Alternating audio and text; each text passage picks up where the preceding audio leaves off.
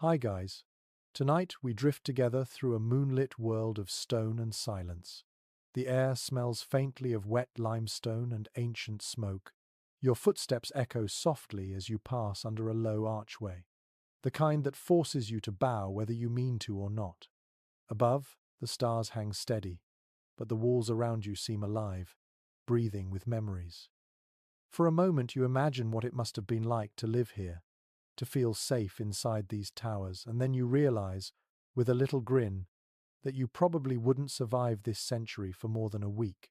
So, before you get comfortable, take a moment to like the video and subscribe, but only if you genuinely enjoy what I do here.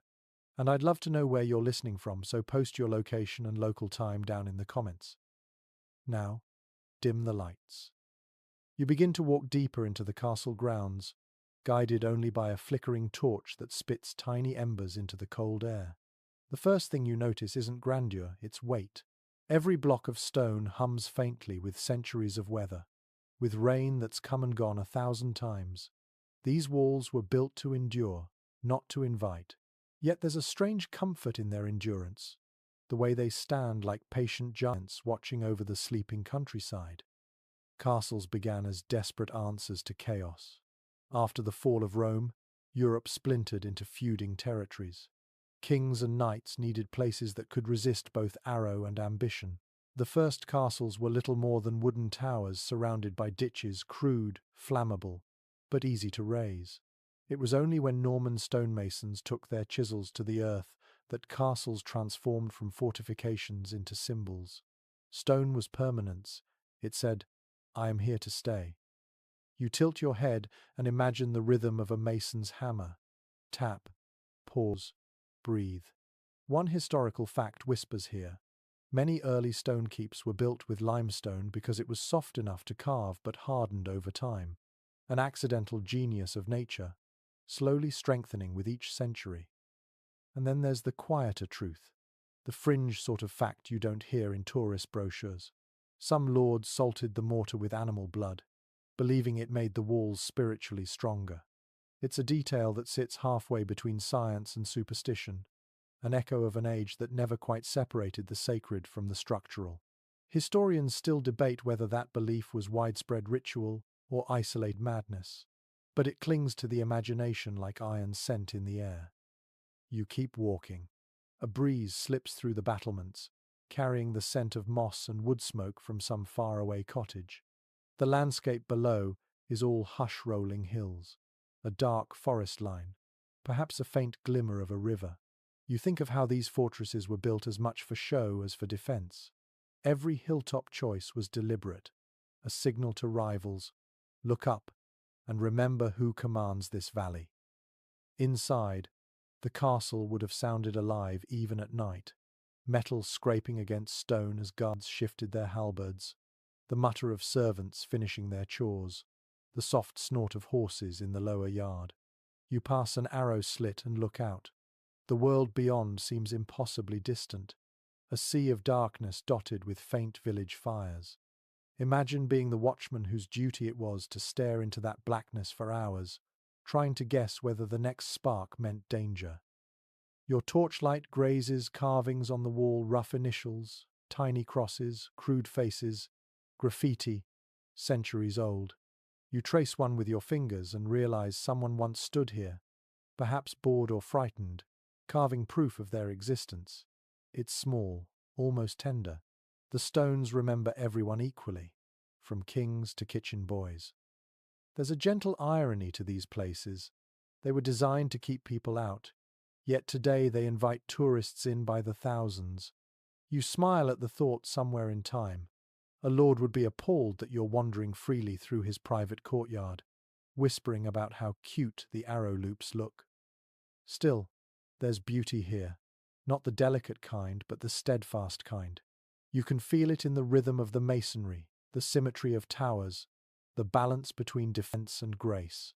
The medieval mind loved order even in war. The square keep was not just practical.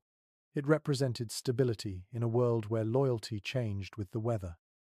At your feet, the flagstones are uneven, worn to dips by countless souls. You think of the generations who walked this same route, the messenger sprinting with urgent news, the weary knight returning from campaign, the barefoot scullery girl carrying buckets before dawn. Each left a small trace, invisible but enduring. You pause near a narrow window where the moonlight pools like milk. It catches on your hand, and for an instant, you imagine that the stones themselves might be trying to whisper back something about endurance, maybe, or about the quiet dignity of being old and still standing. Then, in that dreamlike half-moment, you think about how castles weren't only built to survive attack, they were built to survive time. Stone was memory in solid form, and while empires collapsed and languages shifted, these walls kept their silence. That silence is what you're hearing now, the slow exhale of a civilization long gone but never fully asleep. If you listen closely, you can almost hear the hum of the quarry, the creak of wooden scaffolds, the laughter of workers at midday. The construction of a castle could take decades, often spanning the lives of multiple generations. Imagine being born under a scaffold shadow, working your youth away, building a home you'd never live in, dying before the final tower rose. The patience of the Middle Ages is something modern hearts rarely understand. The torch sputters. A bat flutters overhead, a small shape darting through vaulted dark. You feel the air shift. Cooler now. Somewhere deep inside, a metal door clanks, perhaps the ghost of a portcullis in your imagination. The walls stand as they always have, holding both strength and sorrow. You take one last look at the courtyard, the shadows deepening like ink around every archway. The night feels older here. You realize the story of medieval castles isn't about war or royalty, it's about the slow heartbeat of stone and the fragile humans who once trusted it to keep them safe. And as you turn toward the keep's interior, stepping from moonlight into the first faint glow of torchlit corridors, the tale continues quietly under your breath, carried forward on a whisper that has waited centuries to be heard again. You move deeper into the castle, your steps echoing softly against flagstones slick with time. The air cools around you, damp and steady, the scent of age and moss thick enough to taste. Here beneath your boots lies the true story of castles, the secret logic of where and why they were born. You are walking not just over stones, but over centuries of ambition. A castle's power began at its foundations. Medieval builders were practical dreamers, artists who understood mud and mountain as well as they understood faith. The choice of a site was everything.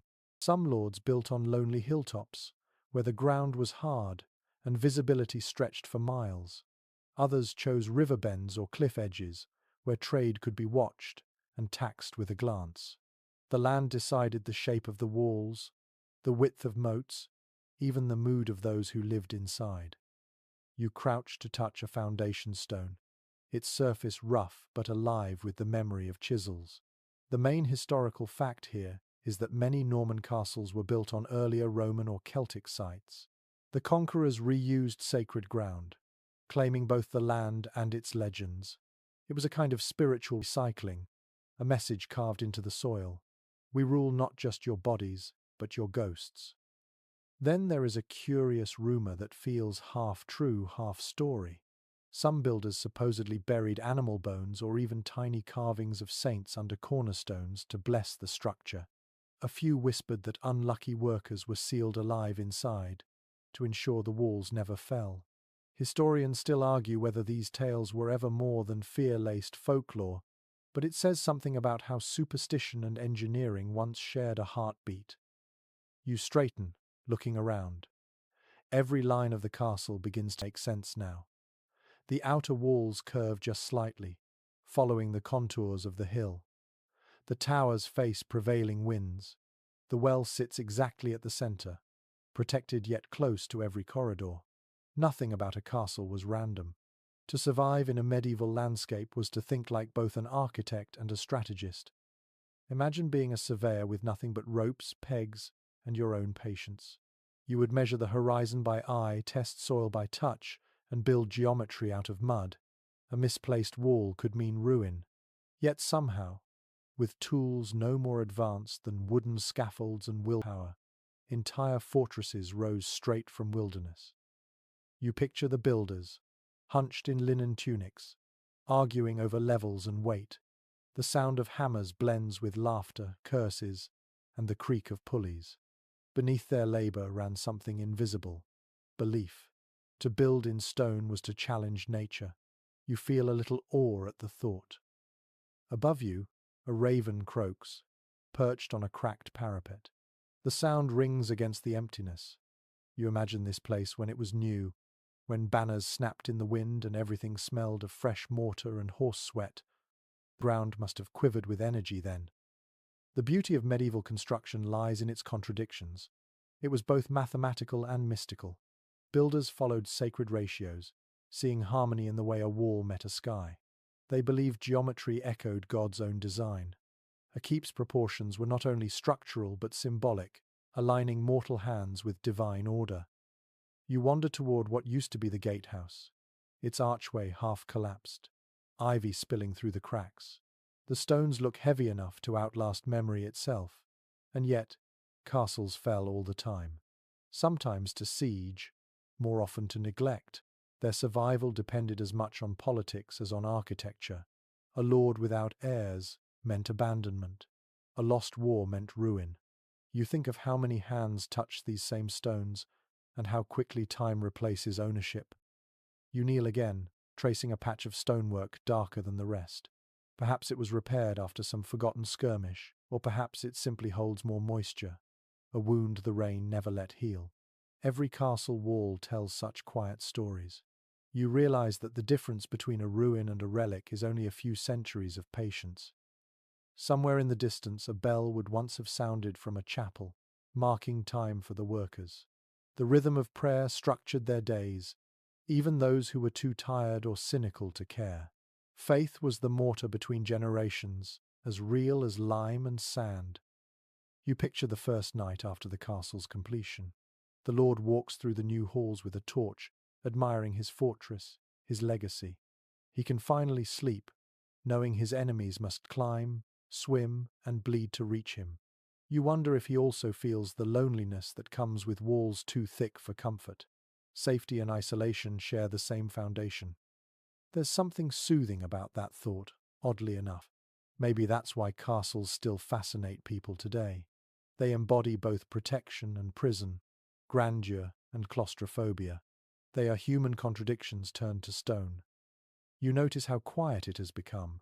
Even the wind seems to pause, as though listening. The night air presses close, damp and steady. You sit on a fallen block, letting your breathing slow to match the calm rhythm of the place. The torches that once lined the walls have long gone dark, yet the stones still hold a faint warmth, like memory refusing to fade. You realize now that to understand a castle is to understand its relationship with the land beneath it. The fortress is not imposed upon nature but born from it, carved and coaxed until it belongs. That's why ruins feel peaceful. They are returning to what they came from. As you stand to leave the courtyard, your foot brushes against a patch of wild thyme growing between the cracks. The scent rises instantly, sharp and clean, cutting through the musty air. You smile at the small rebellion of life among so much stone. Even in ruin, the earth keeps whispering back. The path leads you toward the inner ward, where moonlight catches the glint of still water ahead. Something stirs gently in the dark. The moat awaits, silent and shimmering. You walk toward it without hurry, ready to learn what secrets sleep beneath its mirrored surface. You follow the faint sound of rippling water, and soon the ground softens beneath your boots. The moonlight catches something ahead, a dark ribbon circling the walls like a patient guardian. You step closer, the torchlight reflecting off calm ripples, and there it is, the moat, wide, still, and more mysterious than any storybook ever dared to suggest. From a distance, moats look like decoration, but up close they smell of wet earth and algae, a living border between two worlds. Most people imagine they were meant for crocodiles or spikes, but the truth is quieter and cleverer. One well-documented detail from the period tells that moats were first designed simply to stop tunneling. When attackers tried to dig under a wall, the waterlogged soil would collapse, drowning both shovel and man. Practical, cold, and effective. But moats became more than tools of war. Over time, they turned into ecosystems, reservoirs, and even status symbols. According to contemporary accounts from France and England, lords stocked them with fish to feed their households during Lent. Carp, pike, and eels turned the defensive ditch into a private pantry. The water also cooled the air in summer, turning the inner courtyard into a small oasis of breeze and reflection. You crouch at the edge, the smell of damp stone mixing with moss and decay. Insects hum, and somewhere beneath the surface, a frog croaks as if in approval.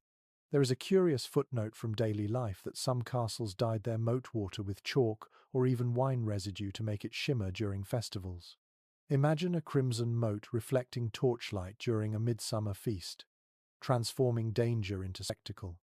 It is still uncertain among castle archaeologists whether the colour served a ritual purpose or simply amused the nobility, but the idea lingers like a rumour on the water's surface. History often blurs at the edges just like this reflection, bright and uncertain. You take a slow step along the bank, careful not to slip. The air feels thicker here, and the stone walls above you seem impossibly tall. You can almost picture guards leaning over the parapets watching your every move. A moat made an approach psychologically exhausting. To cross it meant exposing yourself to arrows, boiling oil, and shame if you slipped. Most attackers preferred to starve a castle out rather than swim for glory. Still, not all moats held water. Some were dry ditches filled with stakes or simply carved deep into bedrock. Their purpose was to break momentum, to turn a gallop into a crawl. The sight alone could sap courage. You imagine an army gathering on the far bank, drums beating, while defenders waited behind battlements sipping ale, pretending to be bored. That kind of waiting could stretch for weeks, both sides testing patience more than weapons. There's something strangely peaceful about this place now. Without soldiers, the moat has reverted to nature. Reeds sway gently, the wind carrying a soft hiss through their stalks. Fireflies blink like slow thoughts drifting over time. You realize how much of medieval life was shaped by the management of water. Wells, cisterns, and moats were lifelines as well as boundaries. Control the flow, and you controlled survival itself. One chronicler of the late 13th century mentioned that castles with clean moats were seen as reflections of a lord's soul. Filthy water meant negligence or moral decay. You chuckle quietly at the metaphor, imagining nobles ordering their servants to skim leaves from the surface to look pious. Then, there's another peculiar story you can't resist. Some accounts from Eastern Europe describe lords releasing swans or geese into the moat, both as decoration and as early alarm systems. The birds would hiss and honk at intruders, a feathery security detail. It sounds absurd, but anyone who has ever faced an angry goose knows the terror is real. You lean over the surface and catch your own reflection, broken by ripples. The moonlight paints you in silver, and for a moment, the centuries fold away. Imagine standing here 500 years ago, when this water might have carried the reflection of banners and armor instead of stars. It is easy to see why moats fascinated poets. They mirrored everything noble life aspired to be, serene on the surface, dangerous beneath. A sudden splash startles you, probably a frog or a fish, but your heart still jumps. You smile at yourself, realizing that even now the moat holds a quiet power to unsettle. Its beauty lies in contradiction. It invites and forbids at once. Some experts continue to dispute whether all moats were continuously filled with water. In many colder regions, they might have been drained seasonally or frozen solid, turning from barrier to playground. Children of the castle staff are said to have skated on them in winter, laughter echoing under the watchful eyes of stone towers. It is a comforting thought that even in places designed for defense, joy found its moment to slip in. You rise slowly and follow the curve of the wall, the soft squelch of damp soil beneath your boots marking time. The moat fades behind you, its surface returning to stillness, a mirror for whoever dares to look. Ahead lies the bridge, narrow and creaking, its chains faintly rattling in the breeze. The torchlight dances across the planks, leading you toward the heavy gate where shadows wait like old guards. The drawbridge may no longer move, but the thought of crossing it still feels sacred, like stepping between worlds. You take a deep breath of the cool night air, the smell of wet wood mixing with distant smoke, and begin your slow walk toward the gatehouse, where secrets of locks and iron await discovery. The gatehouse looms ahead of you, its silhouette sharp against the starlit sky. The closer you come, the more the air feels heavy with iron and oil, as if the ghosts of gears and chains still breathe somewhere within the stone. The wooden bridge beneath your feet creaks with a slow rhythm, each step echoing into the moat behind you. When you reach the threshold, you lift the torch and see the gates themselves. Massive oak doors, studded with black metal, scarred by centuries of wind and war. According to royal records from the early 12th century, these entrances were often the most expensive part of a castle. Every hinge, bolt, and chain had to be forged by hand. Blacksmiths were craftsmen of defense, their work both brutal and beautiful. If walls were the body of a fortress, the gates were its beating heart. You reach out to touch the iron lattice. The surface feels cool, a faint chill seeping into your fingertips. You can almost imagine the drawbridge creaking upward, chains rattling as it rises, water dripping below. In the medieval world, a functioning drawbridge was both a symbol of power and an act of theatre. A curious detail from an old castle inventory in Burgundy mentions that some lords had trumpeters sound a flourish every time their bridge was lowered, just to remind the village who controlled the threshold. The gatehouse was rarely quiet. Behind those doors stood guards who never truly slept, their armor clinking softly as they shifted through the night. Torches burned low, smoke curling up into blackened rafters. The smell here would have been a mix of oil, sweat, and animal fat from the lamps. You picture a young sentry leaning against a spear, humming softly to stay awake, his shadow stretching tall and thin across the wall. Many of these men were not soldiers by choice. They were farmers' sons, pressed into duty, promised meals and modest pay. They watched in silence as travelers approached, deciding who entered and who waited outside in the cold. To them, the gatehouse was both cage and stage. Archaeological evidence reveals that some castles built false gates to confuse attackers. The decoy doors led nowhere, designed to lure siege engines into traps or dead ends. The real entryway would often be hidden in a corner, angled so that invaders had to expose their right side, the unshielded one, as they tried to force their way in. It was defense disguised as invitation. A small but delightful oddity recorded in one surviving household roll describes a castle whose portcullis had tiny bells tied along its chains. The sound would jingle faintly every time it was lowered, like a mechanical warning or a metallic lullaby. You can almost hear it now, ringing softly in the darkness as if the gate were dreaming. The machinery of defense was precise and theatrical. Imagine standing inside the gate passage when danger came. The portcullis would drop with a roar, the iron teeth crashing into grooves cut in stone. Archers in the murder holes above would ready their bows, peering down through slits to fire on anyone trapped below.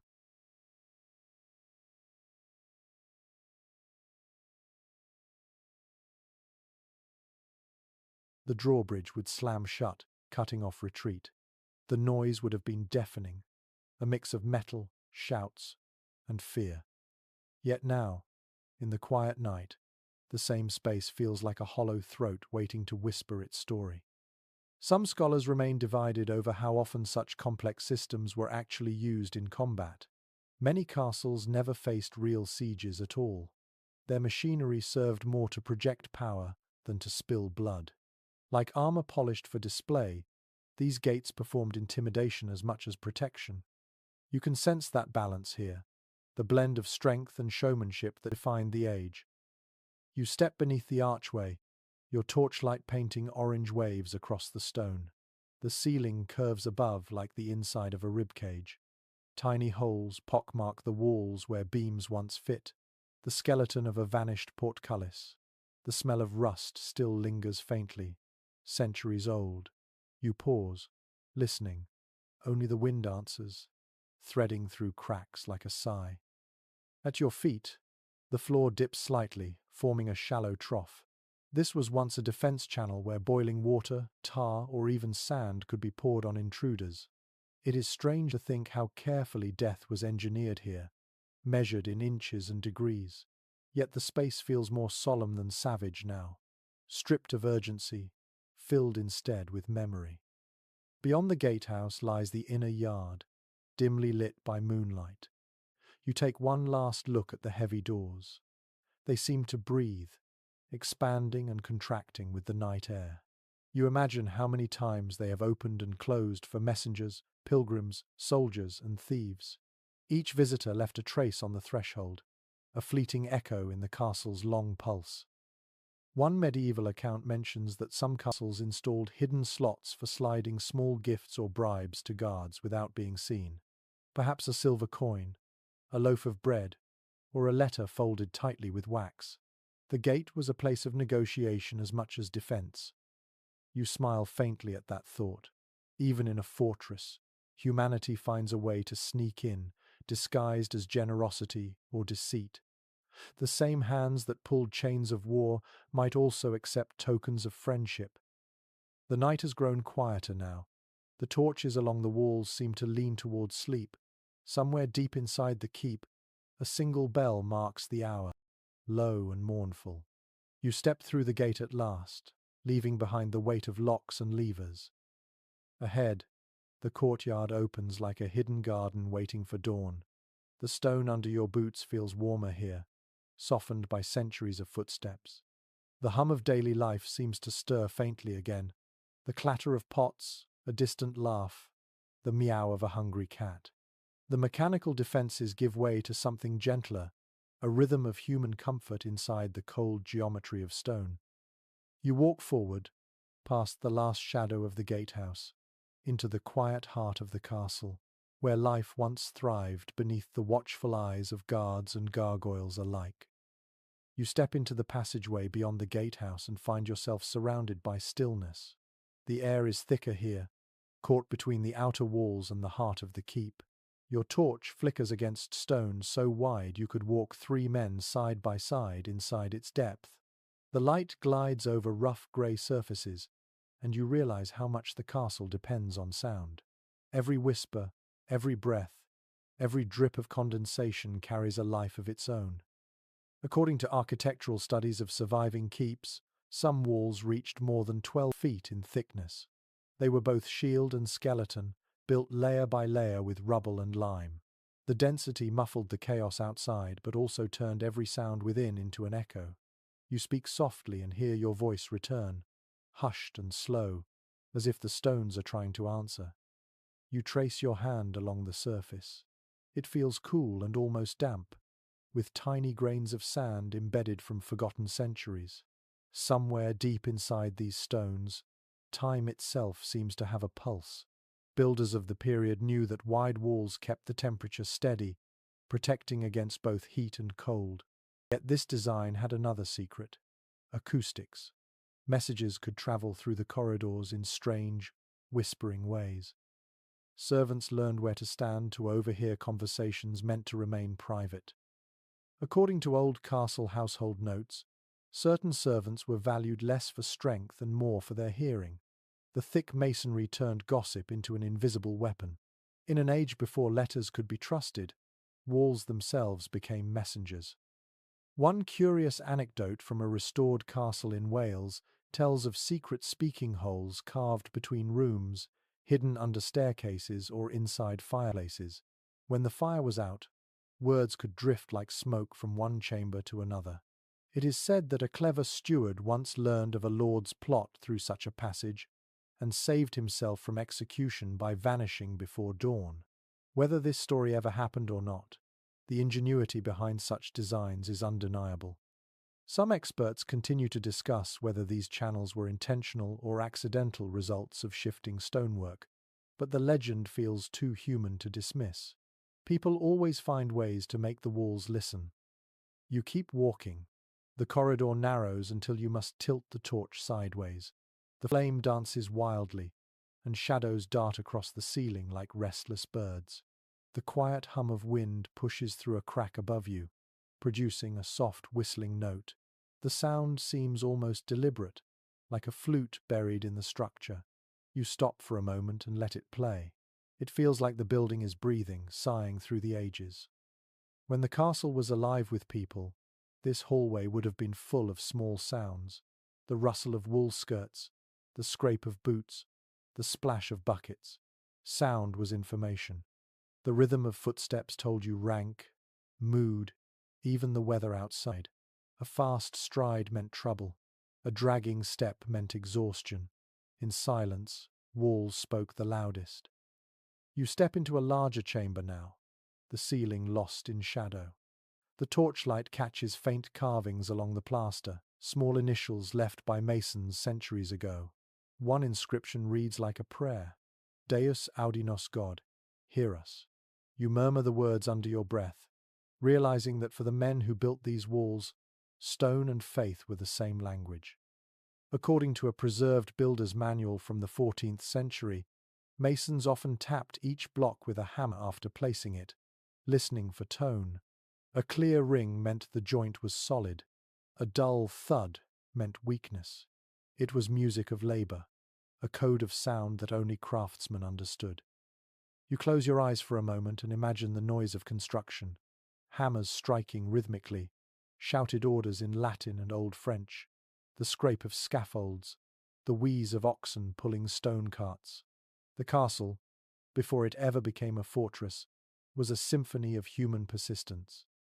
A curious custom from some regions involved embedding small charms or coins into the mortar joints for good luck. One castle restoration team discovered a child's shoe sealed within a wall, perfectly preserved. Perhaps it was a charm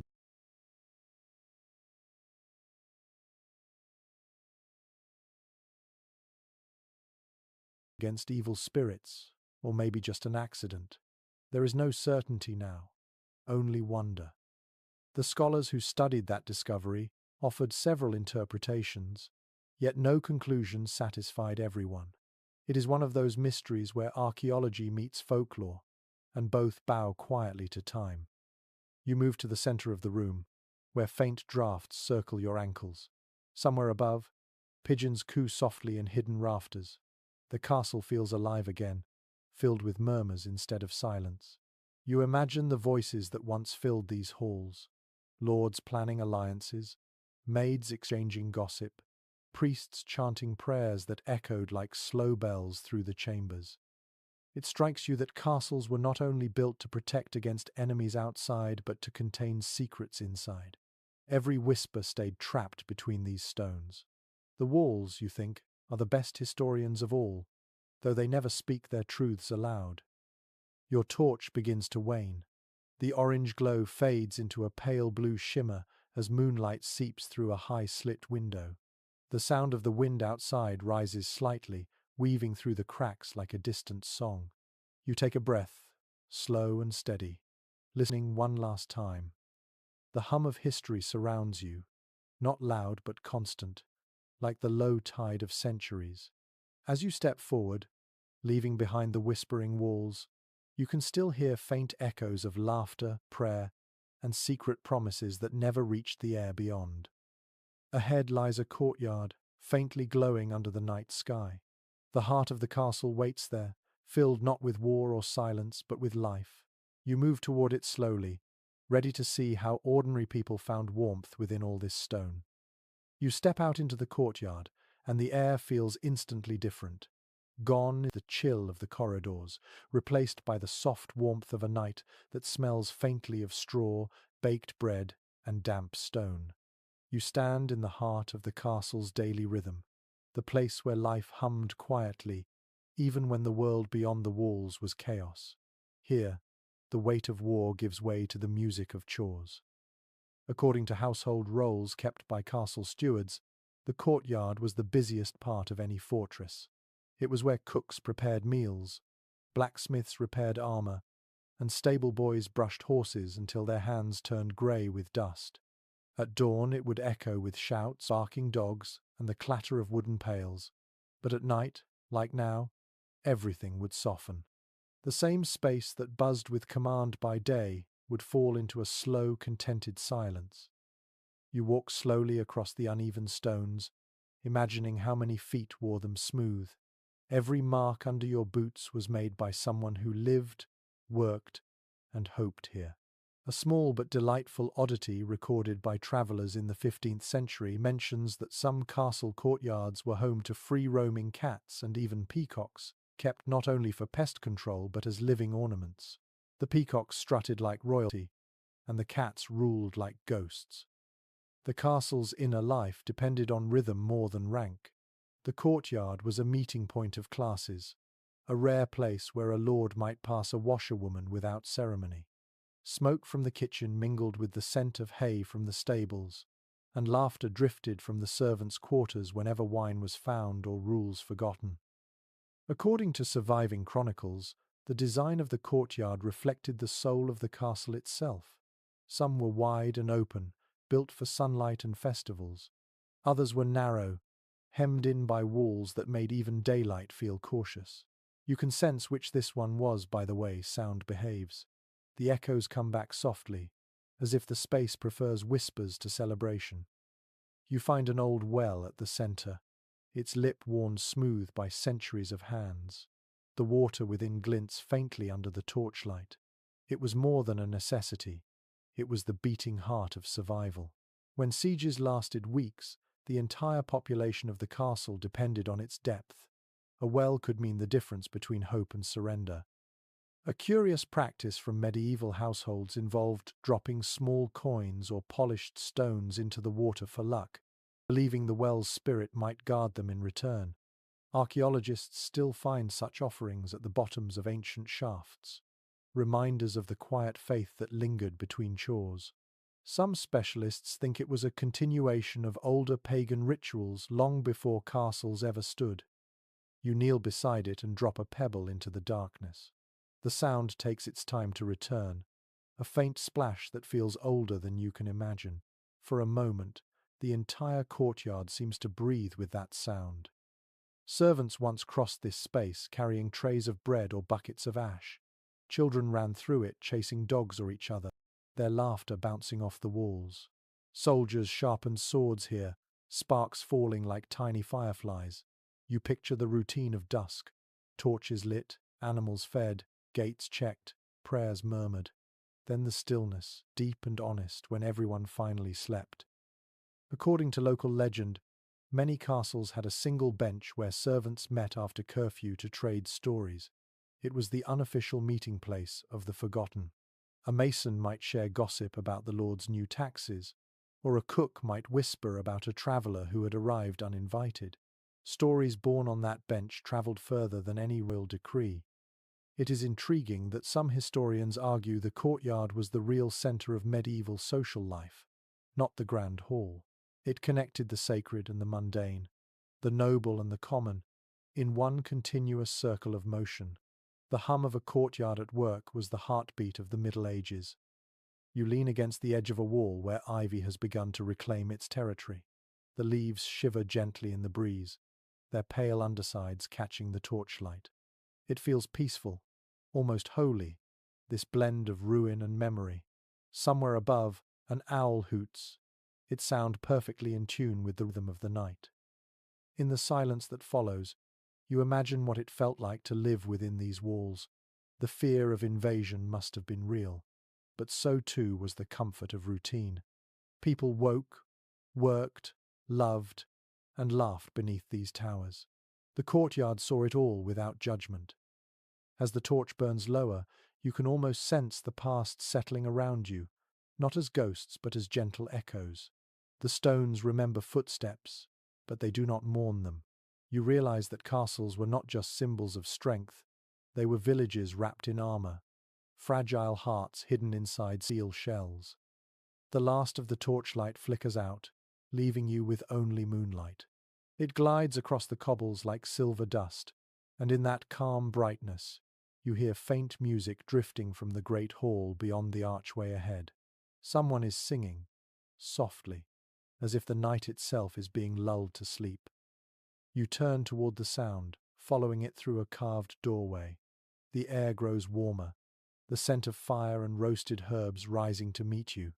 The gentle hum of voices beckons you forward, into the glowing light of the great hall where stories, feasts, and politics once mingled like smoke above the hearth. You step through the archway and into the great hall, and for a moment it feels as if you have walked into the lungs of the castle itself. The air here is warm, filled with the scent of wood smoke, roasted meat, and candle wax. Your eyes adjust slowly to the glow.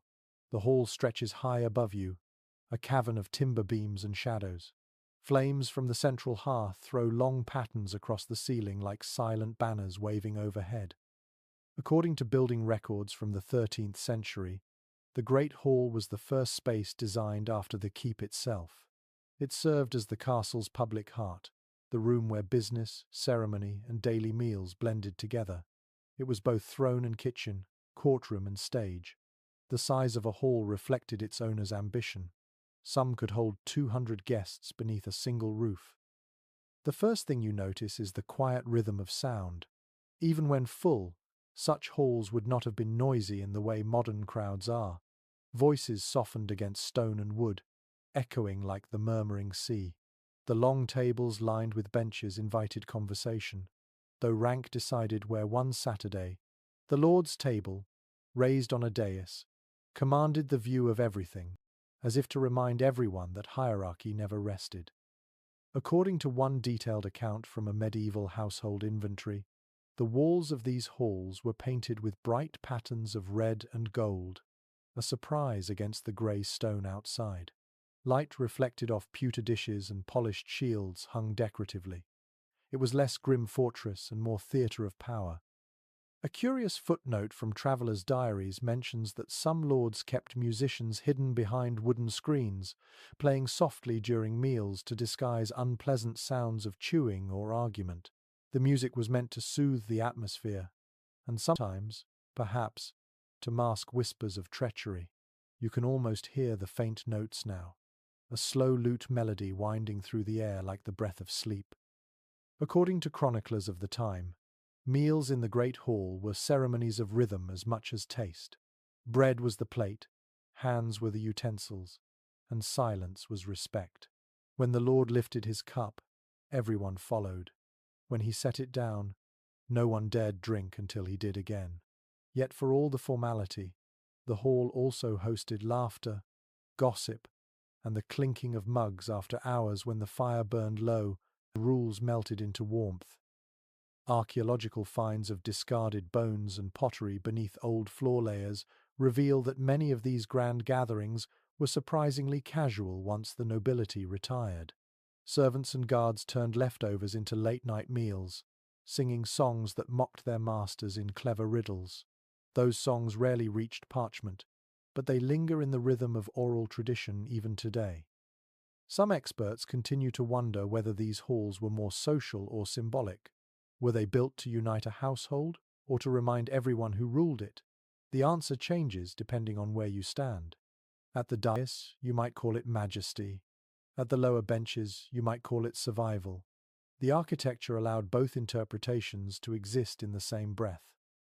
You take a seat at one of the empty benches, the wood smooth and cool. The torchlight glides across the table's surface, catching old knife marks like veins in the grain. The silence feels companionable, not empty.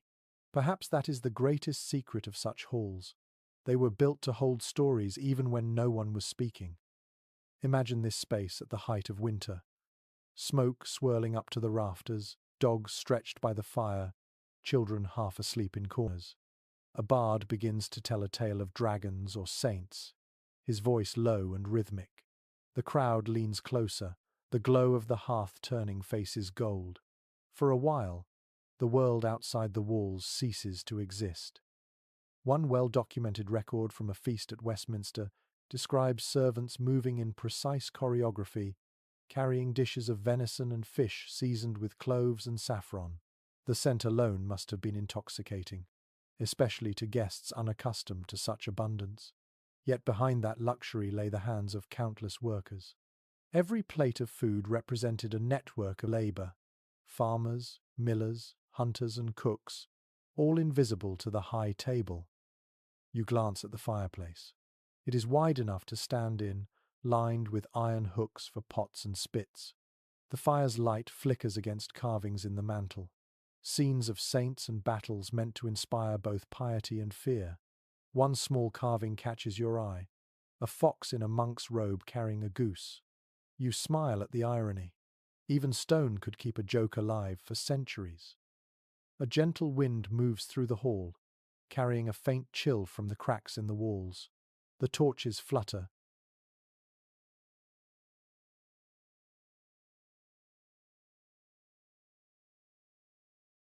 their smoke rising like lazy ghosts. You listen for a moment and realize the hall hums with a kind of warmth that does not depend on temperature. It is the warmth of human presence layered through time, a comfort that lingers even after centuries of emptiness. Some restorers believe that acoustically, these vast rooms were designed to make voices sound grander than they were. A simple speech could fill the space with authority. You test this theory, whispering softly into the dark. The echo returns with surprising clarity, as though the castle approves of your intrusion. You sit for a while longer, letting the crackle of imaginary fire settle your mind. The great hall feels less like a monument and more like a memory still unfolding. The smell of smoke seems to cling to your clothes. At last you rise, your torch burning low. Ahead, a narrow stairway curves upward into the keep. The air there will be colder, the shadows thicker. It is where people slept, dreamed, and sometimes plotted in silence. You take one last glance at the long tables and the darkened hearth, then move toward the steps, your footsteps echoing softly into the sleeping castle. The stairs twist upward in tight circles, each step worn hollow by the weight of centuries. The air cools as you climb, and the scent of smoke fades into the faint aroma of wax, wool, and damp stone. You arrive at a heavy wooden door. Its surface is scarred, its handle polished smooth by long use. When you push it open, a rush of stillness greets you. This is the private world of the castle, where the noise of feasts gives way to the quiet of breath and dreams. According to estate inventories from the 14th century, sleeping chambers in castles varied wildly in comfort. The lord and lady might sleep in a chamber lined with tapestries and furs, while servants curled up near hearths or even stairwells. Temperature was the great equalizer. Stone held cold like a secret. Winter nights could be brutal, even for those with rank. The first thing you notice inside the chamber is the bed, a small raised island surrounded by heavy curtains. The air within must have been thick and warm, trapping heat from bodies and candles alike. Contemporary letters from noblewomen often mention how beds were a fortress within a fortress. They were private sanctuaries, but also social spaces where families talked, prayed, and sometimes conducted business before dawn. A curious observation found in a medieval hygiene manual describes people sleeping in shifts, each turn marked by the church bells. The practice of first sleep and second sleep meant that midnight was often a time of wakeful quiet, perfect for reflection, prayer, or mischief.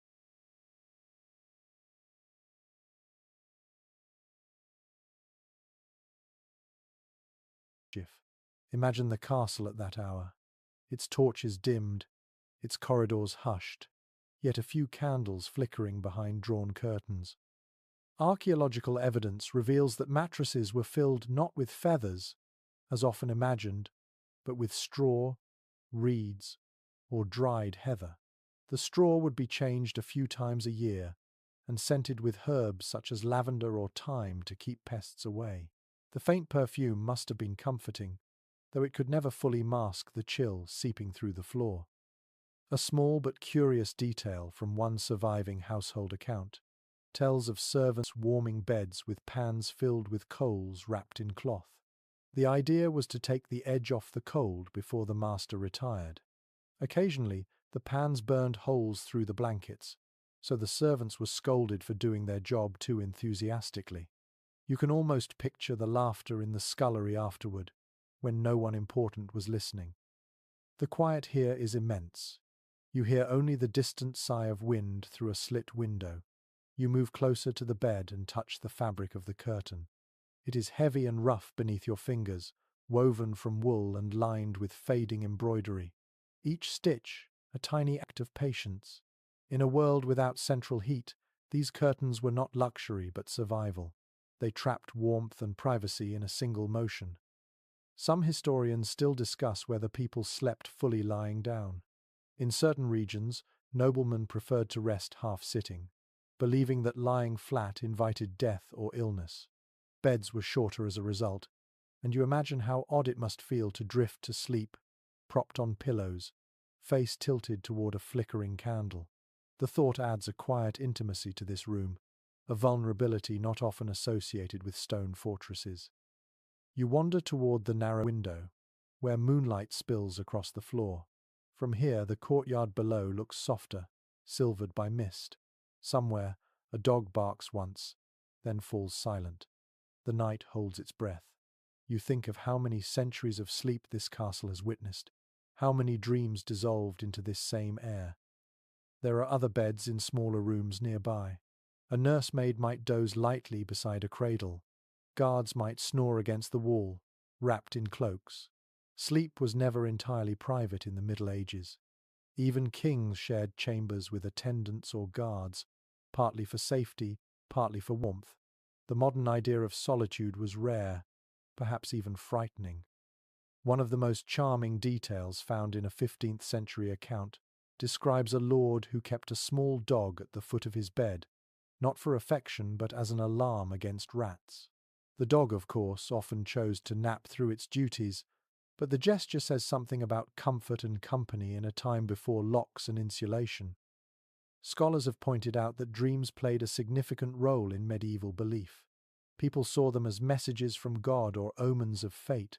A bad dream could prompt a priestly consultation by morning, while a good one might be celebrated as divine reassurance. You imagine a nobleman waking at dawn, retelling his vision of flying angels or talking lions, while his servants nodded politely and poured the morning ale. You walk to the hearth at the far end of the room. The ashes there are long cold, but you can almost smell the ghost of smoke. Someone once sat before this fire, their face half lit, perhaps thinking of love, fear, or simply the next harvest. In that moment, the castle ceases to be a monument and becomes a home again, fragile and real.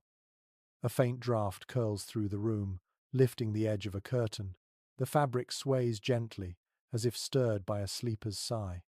You feel an odd peace settle in, the same kind of peace that comes from hearing rain on a roof while lying in bed. The stones, for all their chill, seem to cradle the silence kindly. You linger a moment longer, letting the calm sink in. Then, through a side door, you glimpse another space where faint light glimmers on tiled walls. The air smells faintly of herbs and water. The bathing chamber waits, promising warmth and another kind of secret entirely. You follow the faint scent of steam and herbs until you reach a narrow archway. Beyond it lies a small chamber with curved walls and a shallow basin carved into the floor. The air feels warmer here, thick with the ghost of old moisture.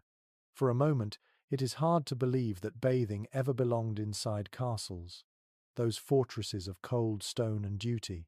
Yet here it is, a quiet sanctuary where cleanliness mingled with ritual, comfort, and a touch of vanity.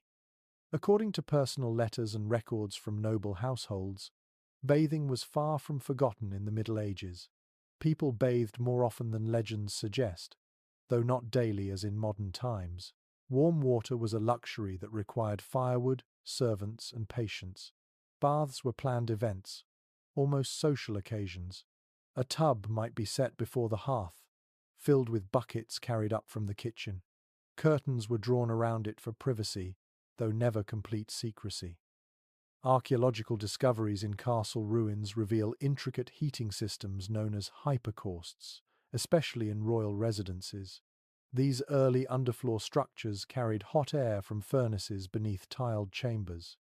The wealthy could step into a small bathing room that glowed with warmth even in the heart of winter. The concept, borrowed from ancient Rome, never fully vanished. It simply hid behind the stone walls of the elite.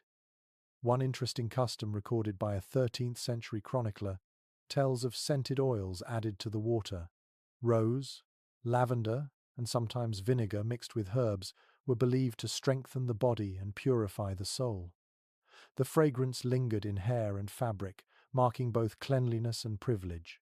Imagine the hallways afterward, softly perfumed, each noble carrying a trace of the bath like invisible jewelry.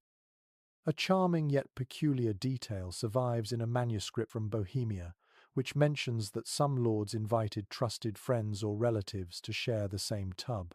It was considered an act of intimacy and political goodwill, not scandal. People spoke of alliances and arranged marriages while half submerged in steaming water. Such gatherings blurred the line between diplomacy and relaxation. Some experts still discuss whether this practice was widespread or exaggerated by gossiping writers, but the image endures: candles flickering, servants pouring water, and two nobles discussing trade routes while surrounded by clouds of steam. History can be surprisingly human when you imagine it unfolding beneath a towel. You dip your fingers into the basin before you, and though the water is long gone, you can almost feel its warmth. The smooth stone beneath your fingertips has been polished by countless hands. A fragment of tile still bears traces of blue glaze, delicate as a raindrop. The artisans who built this chamber cared about beauty, even where few would see it. According to medieval medical theory, cleanliness was tied to balance. Physicians of the time spoke of the four humours and how washing could restore harmony between them. Hot water was believed to open the pores of the body and the doors of the soul. Some monks even prescribed bathing as spiritual therapy, though others warned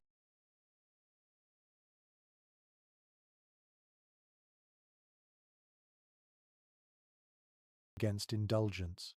You can picture a confessor frowning gently, while a noble insists that her weekly bath is purely for health, not vanity.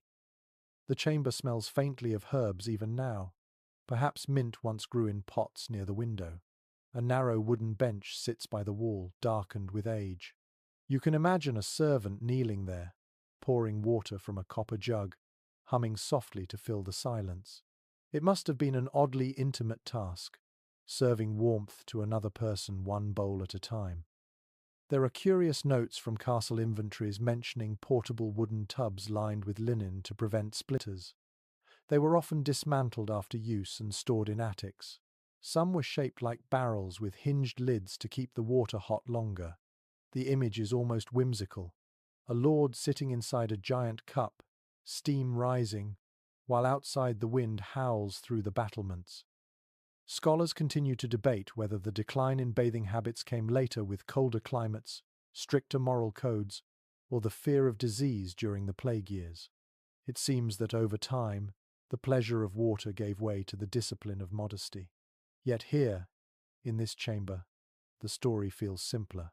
Warmth was a treasure, and cleanliness a kind of courage against the cold world outside. You move closer to the small window above the tub. It opens just enough for a thin ribbon of air to flow in. From here, the scent of the courtyard drifts faintly upward. Hay, horses, and distant bread. You can almost hear the sound of a bucket being filled somewhere below.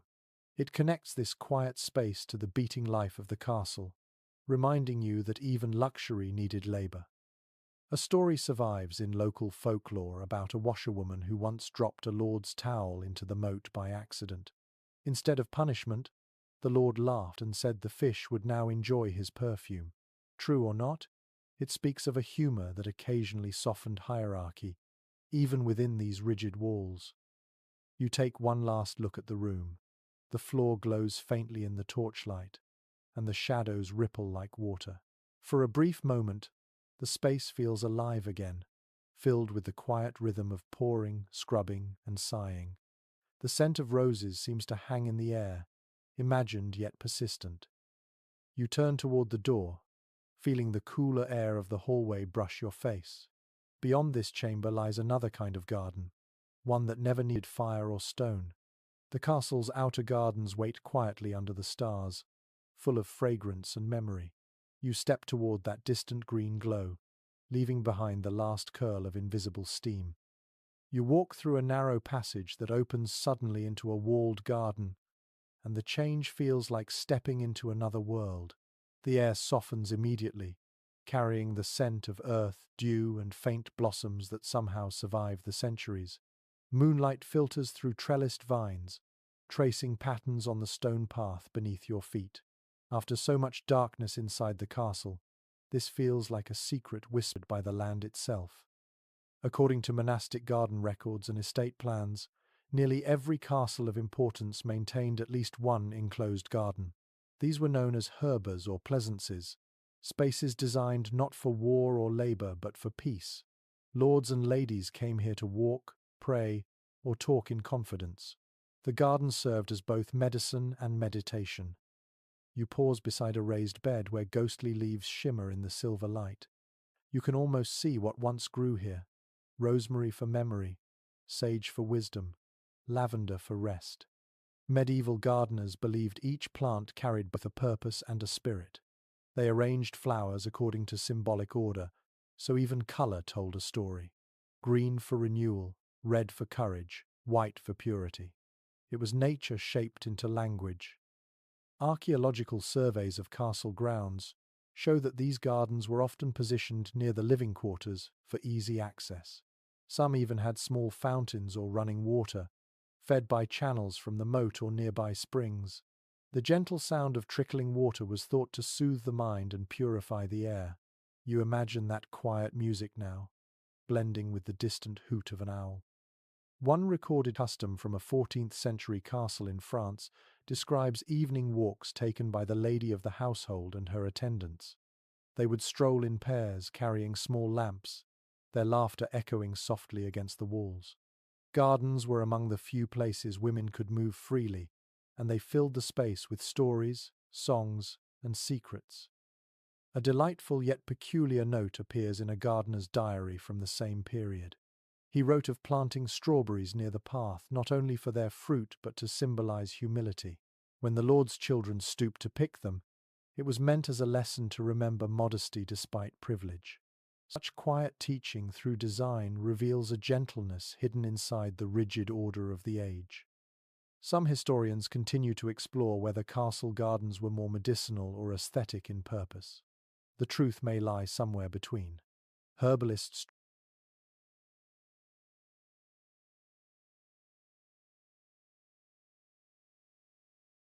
treated wounds and fevers with plants grown just beyond the walls, yet the same flowers were woven into garlands for dances and festivals. Beauty and healing were not separate in the medieval mind. You walk deeper into the garden, where the air grows sweeter. The night is alive with the faint rustle of leaves, the soft chirping of crickets, and the distant hum of sleeping bees in their hives. The earth feels springy under your boots, as though it remembers footsteps that once moved slower and gentler here. You come upon a bench carved from stone, smooth with age. Perhaps a knight once sat here, removing his helmet to breathe freely for a moment. Perhaps a lady paused to read a psalm, the parchment trembling in the breeze. This place blurs time. Each breath you take feels like a shared memory. In one famous medieval poem, the garden was described as a mirror of the soul, enclosed by walls not to imprison nature but to protect it from corruption. Sitting here, you understand. The castle was a fortress for the body, but the garden was a refuge for the heart. The two depended on each other, stone and soil holding the same promise of endurance. A curious anecdote from a chronicler mentions that during sieges, noble families sometimes retreated to their gardens at night to pray among the plants. They believed that the living earth listened more kindly than the echoing walls. When food ran low, they ate the herbs that once served as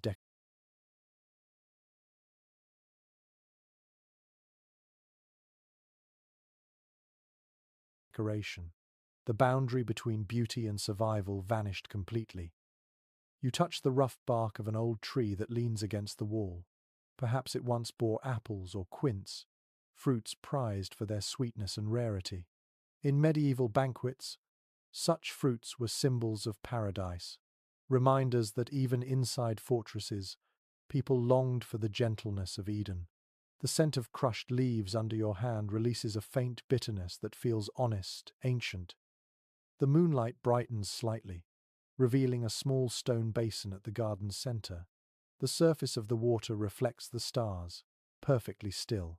You bend to look closer and see the reflection of the castle tower above you, pale and soft, framed by vines. The sight feels like a quiet lesson in balance. Nature and architecture, power and peace, all mirrored in silence. Some later writers claimed that gardens within castles were the beginnings of romance as we imagine it today. The idea of love as both tender and secret may have grown from places like this, where guarded hearts found privacy among flowers. You imagine two figures meeting here, voices low, words slower than breathing. Their shadows would have merged with the leaves, leaving only a faint trace of warmth in the air. The torch in your hand burns lower now, and its glow blends gently with the moonlight. The garden seems to sigh, content to return to its dreams. You walk toward a narrow archway at the far side, where a faint path climbs toward another set of chambers. The air cools again, carrying the faint sound of a spinning wheel and the murmur of soft voices. Ahead lies the world of those who worked unseen, who kept the rhythm of castle life steady. The women behind the walls wait quietly, their stories woven into every stitch of fabric and every secret whispered in candlelight. You follow the sound upward, leaving the garden's perfume behind. You climb a narrow stairway that leads toward a long corridor lined with faded tapestries. The air smells faintly of linen and beeswax, touched with the sweetness of herbs from sachets tucked behind curtains. The torches here burn softer, their light golden and slow. This part of the castle feels gentler, shaped not by battle but by patience. The whisper of spinning wheels and the occasional clink of embroidery needles fill the silence. This is the world of women who lived behind the walls, steady as the castle's pulse. According to records of noble households, the daily lives of women inside castles varied as widely as the fortunes of their families. Some commanded estates in their husband's absence, signing charters and managing accounts with sharp precision. Others spent endless days at looms, stitching tapestries that told stories more lasting than any written book.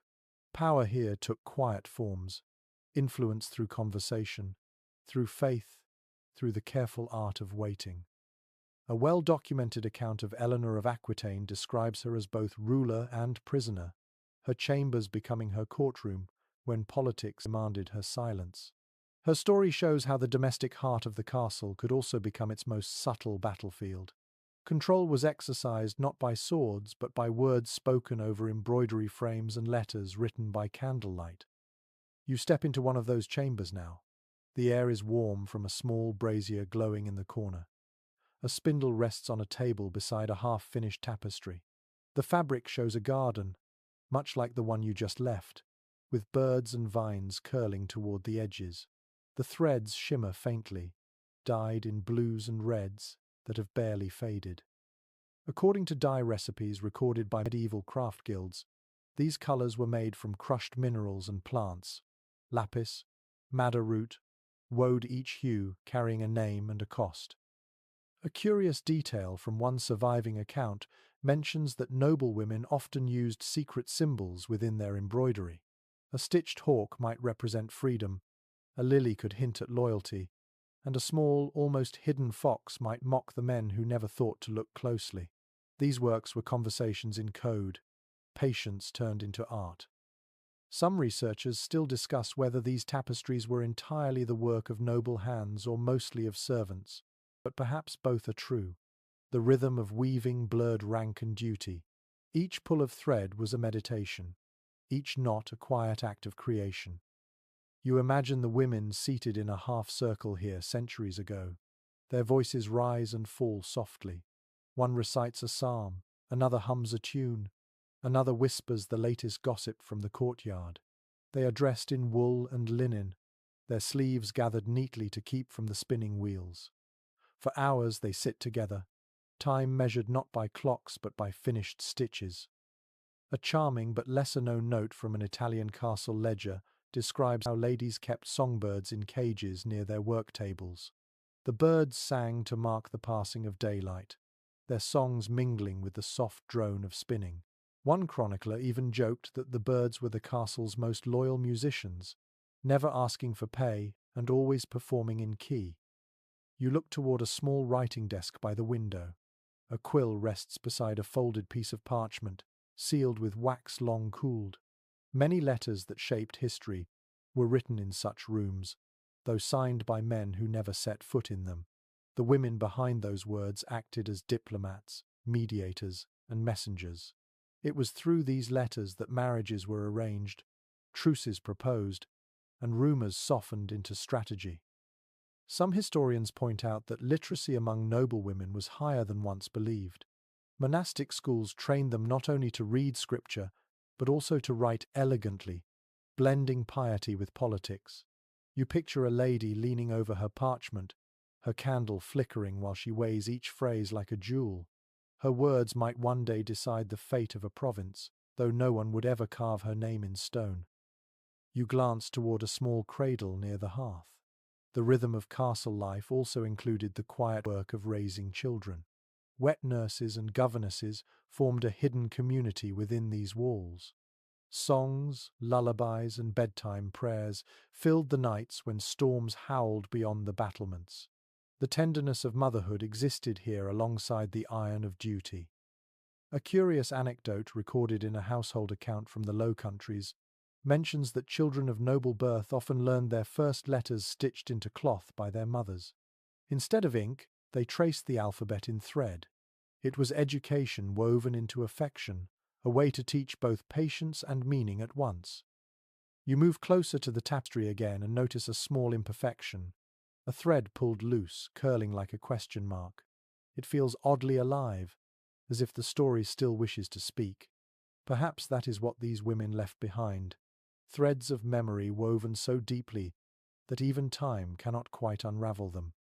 Some experts continue to reflect on whether women of the castle were truly confined or quietly free within their own domains. The answer may rest somewhere in this chamber, where authority takes the form of calm endurance. You sense it now, the strength that moves slowly but never yields. A breeze slips in through the window, stirring the tapestry so that its woven garden seems to sway gently. The motion feels like a sigh, or perhaps a song that only the night can hear. You take one last look at the quiet hearth, then step toward the door. The hum of life beyond grows louder again, armor clinking, laughter, and the rhythmic sound of footsteps. Beyond this corridor lies the world of knights, where the weight of armor replaces the weight of fabric. You follow the sound upward, toward a chamber filled with echoes of training yards, shields, and songs of courage that linger even after the battle's end.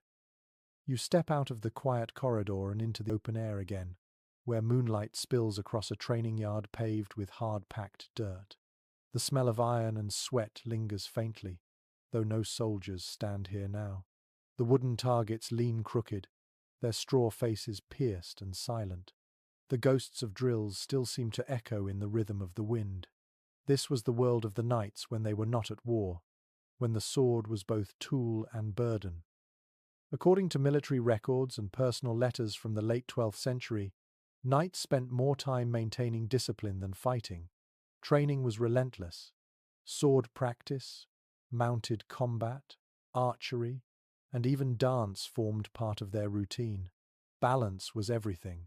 A knight who could not move gracefully was as useless in armor as a falcon with broken wings.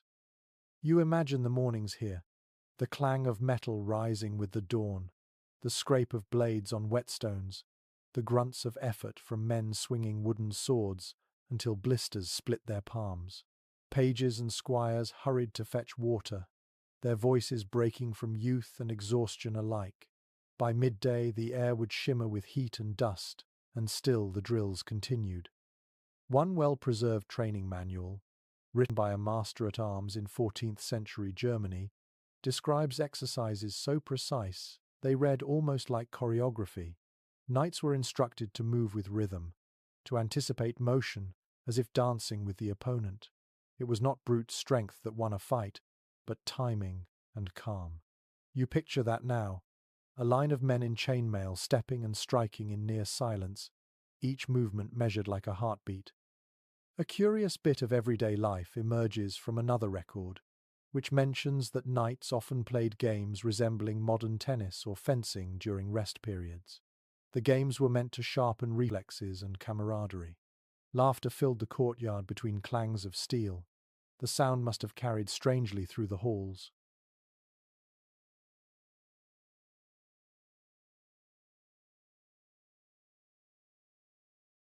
Part joy, part mockery of death. Some experts continue to argue about whether knights truly lived by their famous code of chivalry or if it was an invention of poets. The truth may lie somewhere between ideal and reality. The code preached mercy and honor, but the battlefield rewarded cunning. Yet even cynics admit that the dream of knighthood shaped how men saw themselves. It gave their violence purpose, their discipline grace. You find a bench along the wall and sit, the stone cool beneath you. The night breeze brings faint traces of oil and leather. Nearby, a helmet rests on a broken rack, its surface dented but still gleaming in the moonlight. You lift it gently and feel its weight. Imagine wearing it for hours, the sound of your own breath trapped inside. Courage must have felt heavy, sometimes unbearable. Knights were not always noble by birth. Many rose from modest families through skill and luck. Service brought prestige but also danger, for a single mistake could erase years of loyalty. A chronicler once noted that a knight's greatest battle was often with pride itself. Too much of it led to ruin, too little left one forgotten. In the evenings, after drills ended, the yard would transform into a different kind of arena. Torches flickered, wine passed from hand to hand, and songs rose into the night. You can almost hear them now, deep voices singing of lost battles, of women waiting by candlelight, of comrades who never returned. The songs carried sadness wrapped in strength. According to an old minstrel's verse preserved in a monastery library, even the bravest knights feared silence. It reminded them of what courage could not defeat. That is why they sang loudly, laughed easily, and drank heartily to keep the darkness from creeping in. You let that thought settle, the idea that bravery was not absence of fear but mastery of it. A small and curious tradition recorded in castle accounts speaks of knights keeping tokens tied to their armor, locks of hair, bits of ribbon, or small carved charms. Some were from lovers, others from mothers or friends. They served as reminders that someone waited for their return. When a knight fell in battle, these trinkets were often buried with him, his story tied forever to those who remembered him. Archaeologists have found such fragments in burial sites, fragile ribbons that crumble at a touch. Yet they speak more eloquently than any sword. They tell of humanity surviving beneath armor. You find that comforting, even now. The training yard feels quiet again. You hear only the faint whistle of wind slipping through arrow slits. The helmet in your hands catches the moonlight once more before you set it gently down. Somewhere deep in the castle, laughter rises, the easy laughter of men at rest. Some historians believe that these moments of camaraderie, more than battle or duty, defined the life of a knight. Bonds forged in boredom and shared danger lasted longer than most alliances written in ink. You can almost sense that warmth lingering in the stones around you, a trace of fellowship that time has not quite erased. You stand and stretch, the cool night air brushing against your face. Ahead, a faint orange glow spills from a doorway leading into another chamber. The scent of spices drifts out: pepper, cloves, and roasted meat. The kitchen waits there, alive with the memory of smoke and laughter. You take one last look at the empty training yard, then follow the smell toward the heart of the castle's appetite, where iron and fire served peace as faithfully as they once served war. You follow the warm scent until the stone corridor opens into the kitchen, and the world changes again. The air feels alive here, thick with smoke, spices, and the hum of invisible labor. The torchlight glints off copper pots and soot-blackened walls. A faint draught stirs the ashes in a vast fireplace, large enough to roast an ox. You can almost hear the hiss of dripping fat and the crackle of wood as if the fire was still burning. According to surviving inventories from great houses, the castle kitchen was often the most complex room in the entire structure. It was not just a place to cook, but a miniature industry. There were separate stations for baking, brewing, butchering, and preserving. Each task had its rhythm and smell. Even now you can almost taste it. The sharp tang of vinegar, the sweetness of honey, the salt of the sea stored in heavy barrels. The master cook, often trained like a commander, ran the kitchen with military precision. Orders came from the hall above, dishes left in waves, and timing was everything. A single delay could insult a noble guest or spoil an entire feast. According to one surviving ledger from the court of Edward I, kitchens employed dozens of servants, each sworn to secrecy about recipes and techniques. Flavor was power. One delightful detail appears in the journal of a French scribe who visited English castles in the 14th century. He noted that the cooks spoke a language of their own, mixing Norman, Latin, and local slang into a stew of sounds that outsiders could barely understand. To hear them shout across the room was to hear a kind of culinary music, sharp and rhythmic as knives on wood. You walk closer to the long table where herbs once lay drying in bundles. A faint aroma of sage and marjoram still lingers in the wood. The surface is scarred with thousands of knife marks, each one a trace of movement. Here is where politics met appetite. Food was diplomacy, an edible language that could flatter, insult, or declare allegiance without a single word. Archaeological evidence shows that medieval diets were far richer and more inventive than legend suggests. Pies filled with spiced fruit, almond milk thickened with breadcrumbs, roasted game rubbed with pepper and cinnamon luxuries imported from distant lands through dangerous routes. The very presence of these flavors was proof of connection and influence. A banquet was a map of power you could taste. A curious practice from a northern castle record describes the making of illusion foods, dishes shaped to resemble something else entirely. A fish might be molded to look like a peacock, or bread dyed with saffron to mimic gold. The intent was to astonish guests, to blur the line between nourishment and spectacle. You can imagine the laughter that followed, the applause of diners too full to care about deception. Some culinary historians still discuss whether medieval cooking leaned more toward art or survival. It is easy to forget that behind the feasts lay long hours of smoke, sweat, and danger. Fires burned constantly, knives slipped, and the air itself turned thick with soot. Yet those who worked here sang while they labored. Songs about bread rising, about barrels of ale, about lovers waiting far away. Work and music kept the rhythm of the day alive. You move toward a smaller alcove where clay ovens stand cold. Their round mouths gape like sleeping faces. A faint layer of flour dust still clings to the stones. In its time, this was the baker's domain. Bread was sacred in every sense, a symbol of sustenance and divine grace.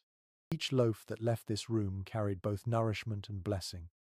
A minor but fascinating entry in an abbey chronicle mentions that before large feasts, the head cook would mark the first loaf with the sign of the cross before it baked, not out of superstition but gratitude. It was a quiet acknowledgement that survival itself was a kind of miracle. You imagine the evening bustle that once filled this space. Cooks shouting for more wood, the spit boy turning meat until his arms ached, dogs waiting under the tables for scraps. The kitchen was chaos and community in equal measure. Class divisions blurred here as hunger and heat made everyone human. At the far end of the room, a small door leads into a cool cellar. You step through it and feel the temperature drop instantly. Shelves carved into the walls still hold faint outlines where jars once stood. This was the castle's memory and storage. Salted fish, dried fruit, wheels of cheese wrapped in cloth, a place where time could be slowed by patience and salt. Some researchers suggest that the kitchen staff formed a world apart within the castle, bound by skill and secrecy. To feed hundreds in a fortress required trust. You had to know when to season a dish and when to stay silent. In a way, these cooks were alchemists, turning raw matter into moments of joy that dissolved almost as soon as they were tasted. You return to the main hearth, where the air feels warmer again. The ashes glow faintly in your imagination, as if someone has just banked the fire for the night. The smell of smoke lingers in your hair. You can almost hear a last murmur of voices, laughter softening into fatigue. There is peace in the aftermath of labor, the stillness that follows heat and noise. You stand for a moment, breathing in that silence. Then, from beyond the courtyard, a new sound rises, the low rumble of hooves, the faint neigh of horses, and a soft cluck that could only belong to hens. You smile. The animals of the castle are awake in memory, waiting for their turn in this story. You leave the kitchen, stepping through the doorway into the crisp air of the stables, where the rhythm of life continues in hooves, wings, and quiet devotion. You step into the courtyard again, and the smell changes from spice and smoke to hay, manure, and damp straw.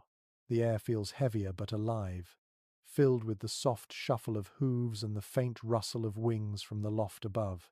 This is the castle's other kingdom, one ruled not by lords or knights but by creatures who carried its weight, guarded its nights, and gave it breath. According to surviving stable records, every great castle kept a small army of animals. Horses, of course, were the pride of the yard. War horses called destriers were worth more than some villages, trained for years to respond to pressure, sound, and fear. They were as disciplined as their riders. Yet beside these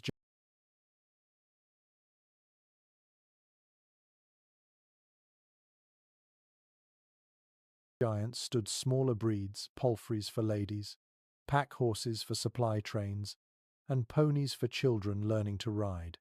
Every animal had a place and a purpose.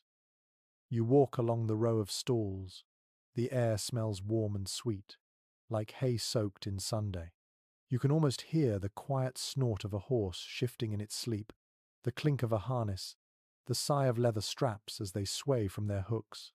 According to old travel diaries, castles were never truly silent at night. The animals' breathing filled the gaps between human voices, a living background hum of comfort. A curious bit of everyday life survives in a 13th century steward's list. It notes that each horse was given a name, often in Latin or French, and blessed during Mass. Names like Fortis, Griselle, or Luna appear again and again, as if the naming itself bestowed dignity. Some chroniclers even claimed that horses recognized their own names when spoken softly. You whisper one now, and the word seems to stir the air as if memory might answer. Archaeological evidence from Castle Middens shows that smaller animals lived much closer to people than we often imagine.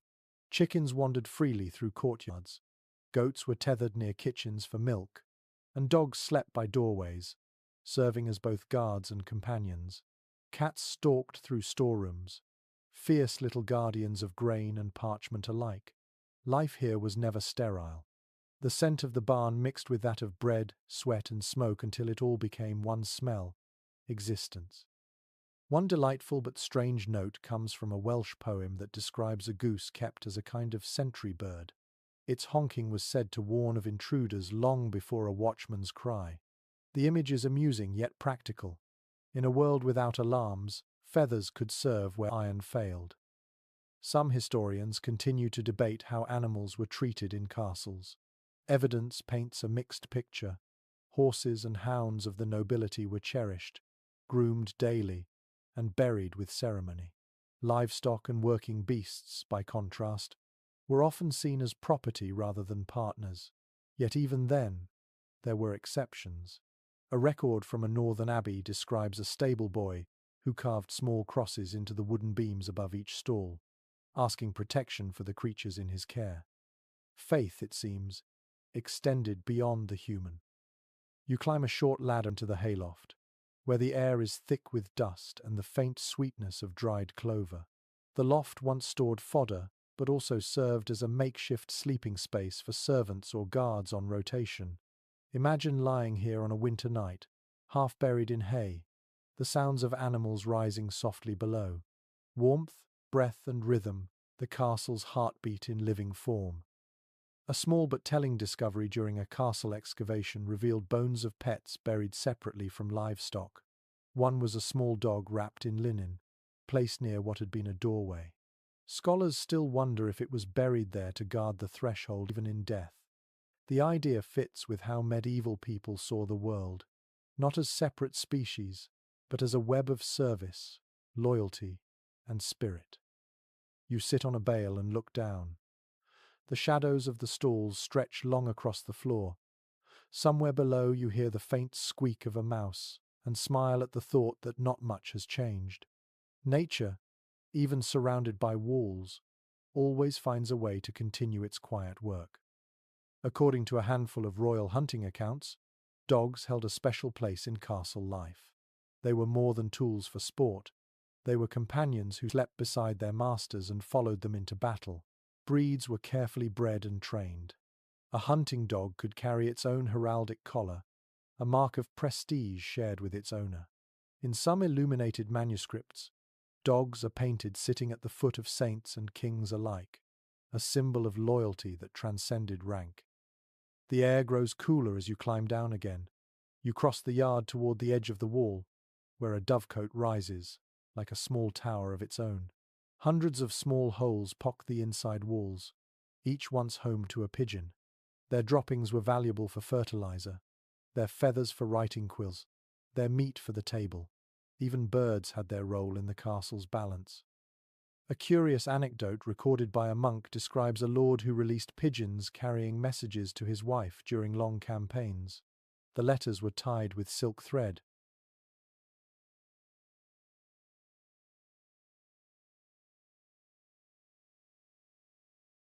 sometimes no more than a few words of affection. One bird even returned months later, bedraggled but alive. The chronicler called it a miracle. You prefer to think of it as devotion, stubborn and winged. You walk back toward the main courtyard, passing a well-trodden path that glows faintly in the moonlight. The night feels alive, filled with invisible company. Every sound, the snort of a horse, the flap of wings, the soft hum of crickets reminds you that castles were ecosystems as much as fortresses. As you reach the doorway to the next hall, the animal noises fade into quiet again. Ahead lies a different kind of life, etched into the very stone itself. Carvings, scratches, and forgotten drawings wait to speak their silent messages. The castle's walls are ready to tell you what its people could not. You step once more into the shadow of the inner walls, leaving behind the warm breath of the stables. The air inside is cool again, dry and faintly scented with dust and lichen. Your torchlight glides across the stones, and for the first time you begin to notice that the walls are not empty at all. They are alive with markings, a quiet archive written by countless forgotten hands. According to conservation studies of castle interiors, carved graffiti has been found in nearly every surviving fortress. It ranges from careful inscriptions of names to rough sketches of ships, crosses, faces, or even prayers. These were not acts of vandalism, but expressions of existence. A mason, a prisoner, a servant, a child, each left a mark to say, "I was here." You bend close to one section and trace a faint heart carved into the surface, its lines shallow but stubbornly visible after hundreds of years. The masons who built these castles often signed their work with small symbols, hidden within the mortar lines. It was a form of identity and pride in a time when most labourers were nameless. According to guild records from the 14th century, each mason's mark was unique, used like a signature to ensure payment for the blocks he had cut. What looks like random scratches today once carried personal meaning, a language only builders could read. A curious discovery in one English keep revealed a small drawing of a sailing ship carved deep inside a tower far from the sea. Scholars puzzled over it for years before deciding that it might have been made by a homesick mason from the coast. It is a gentle thought that even within stone walls, the human mind drifts back to open water. You move your torch along the surface, and another set of markings appears, faint lines forming a figure, perhaps a saint or an angel. The face is worn smooth, but the gesture of raised hands remains. Some historians suggest that these carvings were talismans, protections against misfortune or evil. In an age of faith and superstition,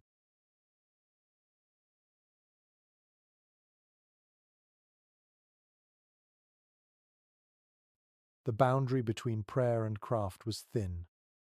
A particularly intriguing example comes from a castle chapel in Normandy, where an inscription reads Oremus pro nobis beside a crude drawing of a wolf. The meaning is still debated. Was it a plea for divine protection, or a symbolic warning to enemies? Interpretations shift like light on stone. You smile at the thought that even scholars cannot fully decode what the builders perhaps never intended to explain. You pass through a narrow arch and find a spiral staircase descending into shadow. The walls here grow damper, the air colder. As you descend, the markings change. Gone are the neat lines of craftsmen. Instead, you find crude scratches, gouged deep by trembling hands. The letters are uneven, some backwards, others almost desperate. Prisoners left these. They carved prayers, curses, or simply names to prove they existed when no one else would. One well-preserved inscription in a Scottish dungeon reads, Jesu mercy, Maria save me. The letters are shaky, carved with something blunt, perhaps a nail or a belt buckle. You stand there imagining the flicker of a dying candle, the smell of mould and fear, the slow passing of hours. The walls absorbed that pain, and in silence they still hold it. A curious discovery made during restoration in an Irish fortress revealed tiny carvings of animals in a dungeon wall: a horse, a dog, a bird. The artist was never identified. Perhaps a guard passing the time, or a prisoner remembering freedom. Such small acts of imagination are the castle's true secrets. They show that even in confinement, people found a way to create. Some researchers continue to ask whether certain markings were purely personal or had ritual meaning. Circles known as witch marks have been found near doorways and windows, drawn to ward off evil spirits. To the medieval mind, the unseen world was as real as the visible one. The castle's defences extended to both sword and symbol. You pause in front of one particularly delicate carving, a labyrinth. Its lines twist inward, spiraling toward a single point. Your torchlight shivers over it, and the pattern seems to move. Perhaps someone carved it as a prayer, a way to focus thought while confined in the dark. You trace its path with your finger and feel a strange calm. The maker is long gone, yet the shape still performs its quiet magic. Another detail catches your eye higher up, where the soot from torches has stained the wall. Someone once pressed their hand into wet plaster, leaving a perfect palm print. It is small, perhaps a child's. You press your own hand over it and feel the strange intimacy of time collapsing. The warmth of your skin against ancient stone feels like a handshake through centuries. A poet once wrote that castles were built to resist time, but their walls ended up recording it instead. You understand now. Every scratch, every mark, every whisper trapped between stones is a piece of memory disguised as architecture. You step back and let your torchlight play across the wall one last time. The carvings seem to shimmer faintly as the flame flickers. For a moment, it feels as if all those silent voices stir again, united by the simple desire to be remembered. Then you turn away and climb back toward the light. The air grows warmer as you ascend. Above, you can hear the faint cry of a sentry and the rustle of banners in the wind. The marks in the stone fade into shadow behind you, but their presence lingers in your thoughts. Beyond this stairway lies another part of the castle's story, the times when its defences were tested, when fear pressed against its gates, and hope became a matter of patience. You step upward into that tension, ready to see how people endured the sieges that shaped both their walls and their minds. You emerge into the pale moonlight again, and the air feels sharper here, touched by the memory of conflict. The walls seem taller, the silence heavier. This is where the castle once prepared for its greatest fear, a siege. The open yard stretches before you, calm now, but it once bristled with tension, its quiet broken by shouts, hammer blows,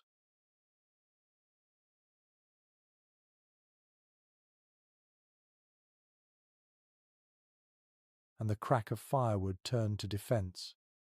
According to royal military records from the 13th century, the average siege could last weeks or even months.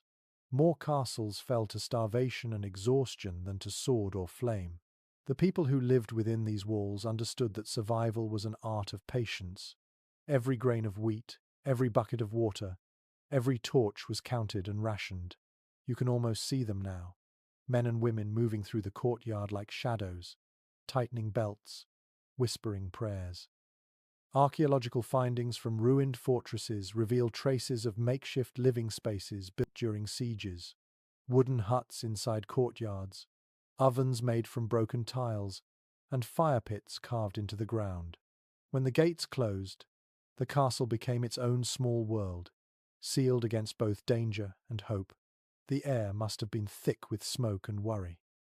According to the letters of a monk who witnessed such a siege, defenders found strange ways to fill their days. They told stories, mended clothes, even played music. He described a young boy who made a flute out of a reed from the moat, his tune echoing faintly through the halls at night. That sound, he wrote, was more haunting than the enemy's drums. One small but revealing fact found in siege accounts is that waste management became an act of strategy. Hidden latrines were built into the outer walls so the smell would not reveal weakness. Buckets of lime were used to mask the odor. You imagine the quiet relief of finding routine in chaos, of turning necessity into order. A curious anecdote from a castle in Gascony tells of defenders who dropped beehives on attackers scaling the walls. It sounds almost humorous, but it was recorded with pride. Nature, when properly provoked, became a weapon.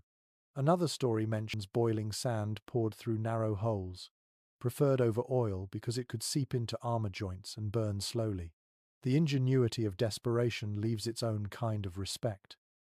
Some experts continue to debate whether sieges truly tested courage or simply endurance.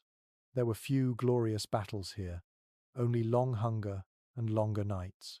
Chroniclers describe people sleeping fully dressed, weapons within reach, prayers muttered under breath before sleep.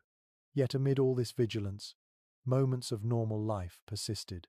Children still played with sticks, couples still stole quiet glances. Humanity refused to vanish, even in fear. You walk slowly along the inner wall. The stones under your hands feel rougher here, patched and scarred from repairs. You stop near a small window slit and peer out into the open darkness beyond the moat. Imagine the sight centuries ago.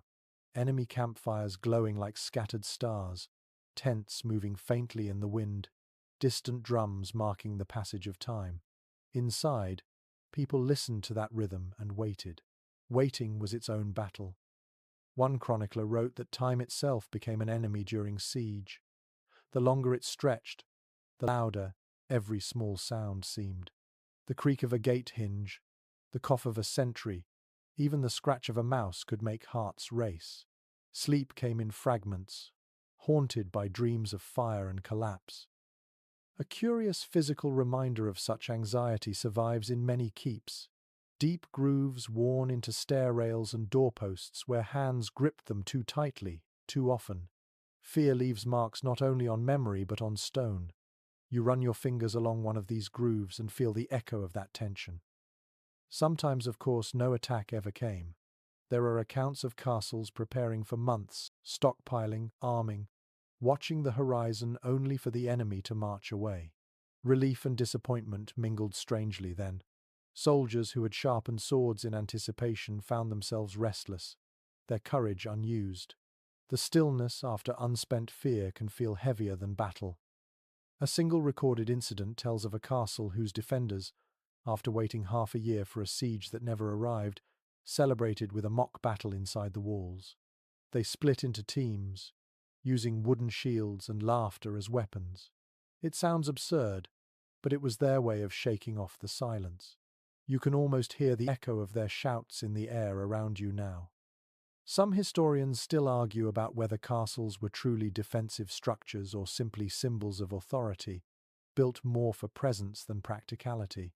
Perhaps both ideas hold truth. A castle defended its people not only with walls but with belief, the belief that safety could be built from stone and courage combined. You move toward the main gate again, the path lit only by moonlight. The stones seem to glow faintly, silvered with age. You think of the defenders who once stood here, eyes fixed on the horizon, waiting for signs of movement, their breath mingled with the wind, their hearts steady in the stillness. The torch in your hand flickers, throwing long shadows across the wall.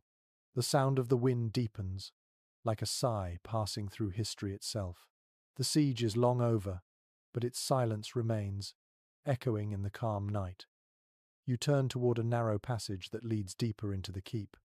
Somewhere behind these walls, hidden staircases and secret tunnels twist through the dark, built for moments when escape was the only victory left. You follow that darkness, curious to see where it leads, toward hidden doors and the whisper of the castle's most private secrets. You step into the narrow passage and feel the air change around you. It is cooler here, almost damp, with the faint smell of stone dust and age. The corridor winds sharply, and your torchlight catches irregular seams in the wall, lines that do not quite match the rest of the masonry. You are walking beside secrets, the castle's hidden arteries. According to architectural surveys of medieval fortresses, most large castles contained at least one concealed passage. Some were built for escape, others for movement between private chambers, and a few for spying. Their existence was rarely recorded in writing. Knowledge of them was passed only through trusted hands, the lord, the architect, and perhaps one or two guards. Secrecy was as vital as the walls themselves. You brush your fingers along the cold stone until they meet a faint groove. The pattern forms a rectangle, almost invisible in the dim light. When you push gently, the wall gives slightly under your hand. A whisper of air seeps through the gap, carrying the scent of earth and distance. A hidden door. The torchlight trembles as if caught between curiosity and caution. One detailed account from a Norman castle describes such a passage leading from the great hall to a nearby chapel. It allowed nobles to move unseen during political unrest. Some of these tunnels were no wider than a coffin, and their ceilings so low that even the smallest person had to stoop. You imagine walking through that narrow dark with nothing but a single candle and the sound of your own heartbeat. A curious discovery during excavations in a ruined fortress revealed a passage that opened behind a fireplace. The soot on the stones disguised the entrance for centuries. The archaeologists who found it reported that it still smelled faintly of smoke, as if the last person who escaped through it had only just gone. Some scholars continue to question how often these tunnels were actually used. Many were impractical or dangerous, collapsing after a few meters. Yet their existence had psychological power. To know there was a way out gave hope to those trapped inside. To an attacker, the idea of hidden movement inside a fortress must have been terrifying. The castle itself seemed alive, capable of vanishing and reappearing at will. You take a slow breath and step through the hidden doorway. The air grows cooler, the smell of damp soil stronger. The passage slopes downward, its walls rough and unpolished. Drops of water cling to the ceiling like tiny stars. You move carefully, listening to the faint echo of each footstep. The sound folds back on itself, confusing direction. Time feels strange here. According to a surviving note in a medieval builder's ledger, workers were often sworn to secrecy with blessings and oaths before constructing such tunnels. Breaking that vow could result in banishment or worse. The secrecy was considered sacred, a kind of holy silence surrounding the act of making an invisible path. One odd yet touching story appears in a 16th century retelling of an older legend. It tells of a young mason who fell in love with the Lord's daughter while building a secret staircase. He carved a tiny symbol, a rose, into one of the steps as a memory of her. Centuries later, restorers found a small carving of a flower hidden deep beneath layers of dust. Perhaps the story was not entirely fiction. You pause to rest your torch on a stone ledge and listen. Somewhere far ahead, a faint drip echoes like a heartbeat. You imagine the people who might have passed this way before: a fleeing noble clutching a child, a messenger carrying stolen letters, or perhaps a servant escaping punishment. Every stone carries a trace of panic, of hurried breathing, of hope. A few steps farther, you reach a fork. One path continues deeper into shadow, while the other slopes upward toward a faint shimmer of light. You follow the light, cautious and curious. The tunnel narrows until you must turn sideways to continue. Your shoulder brushes against the wall, and the grit of old mortar presses into your sleeve. When you finally emerge, it is through a small opening, hidden behind a vine-covered arch near the outer courtyard. You blink in surprise at the sudden coolness of open air. The night has deepened, stars scattered like white dust above the towers. You realize you have just traveled the length of the keep unseen, passing through the veins of stone like a whisper. Some experts still debate the purpose of these passages: escape, espionage, or romance. There are recorded stories of lovers meeting in such hidden spaces, their footsteps muffled by earth and secrecy. It seems fitting that the same tunnels that saved lives also hid moments of forbidden tenderness. You step aside to examine the ivy-covered entrance. The opening looks like nothing more than a crack in the wall. To anyone outside, it would disappear into shadow.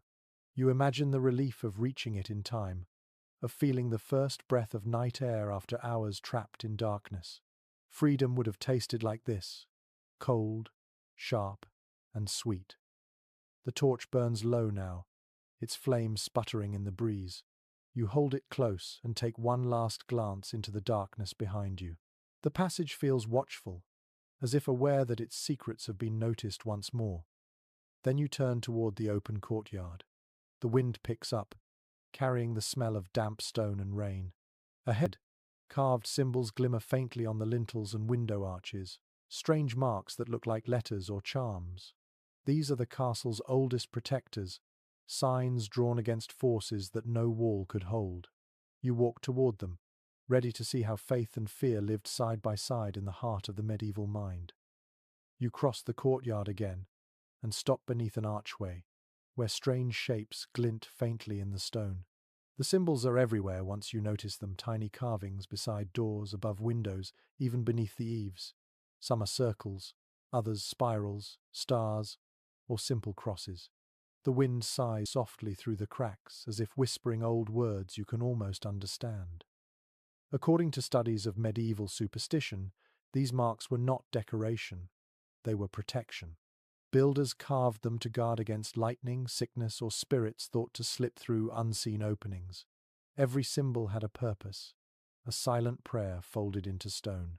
The medieval world saw danger not just in armies or storms, but in invisible forces that traveled with the night. You reach out and touch one of the carvings. The groove is shallow but deliberate, smooth from centuries of fingertips repeating the same gesture. In that motion, fear becomes habit and habit becomes faith.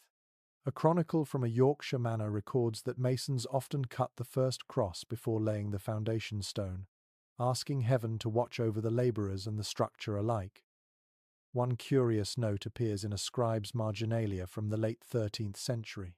He wrote that the letter V scratched above a door stood for Virgo Maria, a call to the Virgin to keep misfortune away. Over time, the letter merged into overlapping shapes that looked like flowers. Visitors centuries later assumed they were mere ornament, never realizing they were blessings disguised as beauty. Some experts continue to debate whether certain symbols were Christian prayers or remnants of older, pre-Christian rites. Spiral patterns, for instance, have appeared in fortresses and temples alike. Perhaps they were simply carried forward from memory, an unbroken thread from the ancient world into the Middle Ages. People may have forgotten their meaning, but not their comfort. You move along the wall, your torchlight revealing faint outlines of runes that look almost like waves. These were sometimes called daisy wheels or hex foils. They were drawn near hearths, stables, or sleeping chambers to confuse wandering spirits. It was said that evil followed straight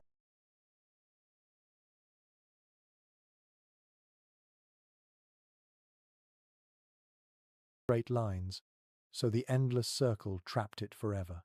You imagine a mother carving such a mark above her child's bed, trusting geometry more than sword or sermon.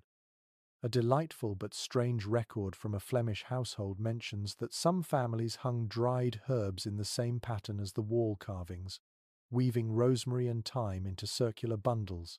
The fragrance was believed to strengthen the symbol's power, scent itself acting as a guardian. You close your eyes for a moment and can almost smell it, sharp and clean in the cool night air. According to travelers' accounts, charms against bad luck often blended with everyday life. People sewed tiny bells into clothing, tied bits of ribbon around candle holders, or hid small bones in corners of rooms. The castle may have looked invincible from afar, but inside its walls people relied as much on whispers and ritual as on stone and iron. One fragment of folklore recorded in a French abbey tells that before a storm, servants would mark an X on the kitchen door using the soot from the hearth. They believed it kept lightning from striking. Whether it worked or not, the gesture offered reassurance. The simple act of doing something gave courage when the wind began to howl. You glance up toward the tower where an iron horseshoe still hangs above a window. That tradition too began in this era. Iron was thought to repel spirits, and the shape of the shoe, a crescent, was tied to the moon's protection. Time has worn it thin, but its purpose remains. A curious discovery made during restoration at an English keep revealed a collection of charms hidden within the masonry. A child's shoe, a broken comb, and the bones of a small bird wrapped in linen.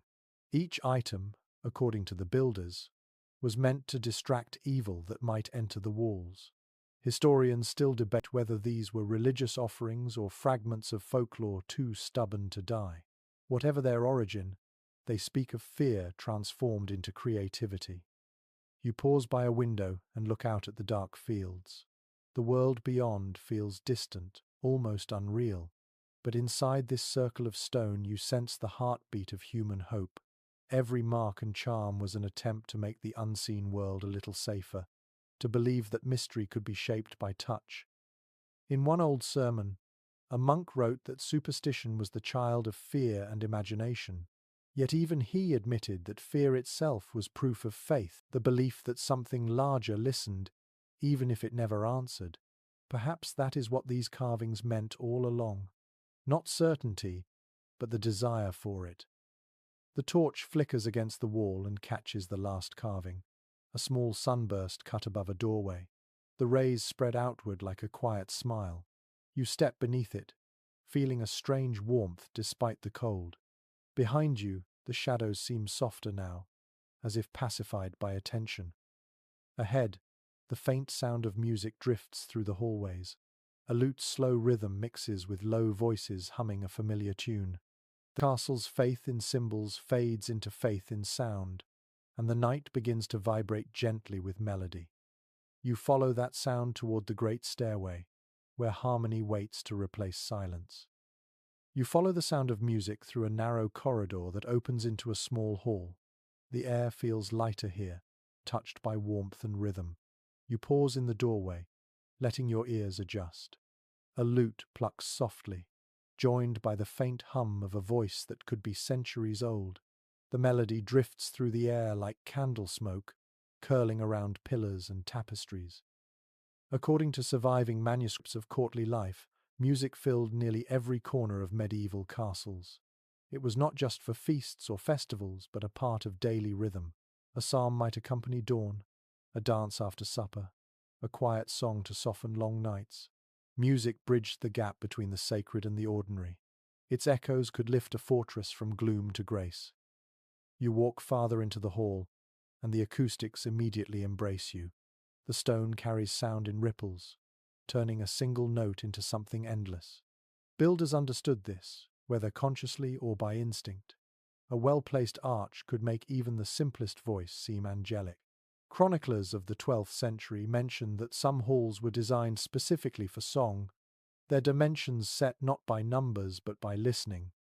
One well-known fact preserved in abbey records reveals that many castle musicians were trained in monasteries before entering noble service. They carried with them fragments of sacred melodies, weaving them into secular tunes. The blend of divine and earthly themes gave medieval music its haunting tone, half prayer, half memory. A charming but lesser-known note in a troubadour's diary tells of musicians tuning their instruments by candlelight, using the flicker of flame to match vibrations. The practice seems poetic, though entirely practical. You can almost picture it, a player bending close to the flame, plucking gently, the soft note merging with the light itself. Some experts continue to discuss whether music in castles was primarily entertainment or emotional necessity. For many, it was both. Sound softened the severity of stone. In long winters, when darkness lingered for months, a familiar song could warm the spirit better than any fire. You find a stool near the hearth and sit, listening. The melody shifts into something slower, almost mournful. This would have been the hour for reflective songs, the kind sung by travelling minstrels who carried news between courts. Their verses told of wars, love, miracles, and loss. Every listener found something of themselves within those lines. A curious entry in a Scottish household record mentions that lords often paid musicians not in gold but in cloth or food, symbols of gratitude that kept them travelling from castle to castle. These wanderers were both artists and informants, carrying stories in rhythm. The same song might sound slightly different in every region, shaped by accent and memory. You close your eyes and let the imagined instruments take shape around you. The low hum of a viol, the bright trill of a flute, the pulse of a drum. Together they weave a tapestry of sound, more alive than silence but gentler than speech. The rhythm matches the slow flicker of the fire, each note a reminder that time, too, has music. According to illuminated manuscripts of minstrelsy, performers often played with deliberate imperfection, leaving spaces between notes to let the hall breathe. It was said that true beauty lay in the pause, the small silence between sounds. You feel that truth settling over you now as the tune fades into stillness. A curious story from a Spanish court tells of a young musician who played so softly one evening that guests began to fall asleep at the table. The chronicler wrote that it was not boredom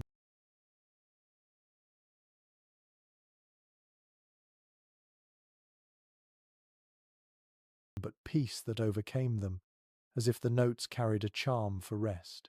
You smile, wondering if he would have fit perfectly into this moment. The castle's connection to music was also practical. Trumpets signaled curfews, bells marked prayers, drums announced arrivals. Even danger had its own melody. To live in a medieval fortress was to live inside a symphony of sound, each note tied to survival and ceremony alike. Some historians believe that music created a sense of unity impossible through words. A hall filled with people listening together was, for a moment, equal. Rank fade beneath rhythm. You can almost see it now. The lord, the servant, the cook, all still for the same refrain. The last note lingers like breath against the wall. The silence afterward feels full rather than empty, a gentle ache that asks to be remembered. You rise slowly, your footsteps soft against the flagstones. Somewhere above, a faint cheer breaks the stillness, followed by laughter and the clatter of wood. The sound of revelry filters down from the courtyard. The night of peace has turned into celebration. Perhaps a tournament has ended, or a guest has arrived. Either way, the castle stirs again, waking from its lullaby. You turn toward the stairs leading upward. The flicker of torches dances along the walls, guiding you to the source of the noise. As you climb, the air grows warmer, scented faintly with sweat, wine, and excitement. The great doors ahead swing open to reveal the open yard once more, alive with colour, motion, and spectacle. The world of tournaments and pageantry unfolds before you, glittering in the torchlight. You step into the courtyard, and the world bursts into motion. The night has given way to bright torches that throw flickering gold across banners, shields, and the polished steel of helmets. Trumpets call from the ramparts, and laughter rolls like warm thunder. The castle that once felt so solemn now hums with celebration. Tournaments and spectacles were the heartbeat of medieval joy, moments when even the stone walls seemed to lean in to watch. According to royal accounts, tournaments were both sport and strategy. They displayed strength, wealth, and unity, but they also disguised politics beneath the shimmer of chivalry. Knights competed for honor, yes, but also for alliances, wagers, and the glances of noble spectators. Each tilt of a lance or clash of armor carried meaning far beyond the field. You make your way through the gathered crowd. Servants hurry past carrying jugs of ale, their faces flushed from heat and excitement. Children sit on shoulders to see better. In the distance, two riders prepare for the joust, their horses stamping restlessly, plumes shaking like the breath of dragons. The smell of sweat, hay, and trampled earth fills the air.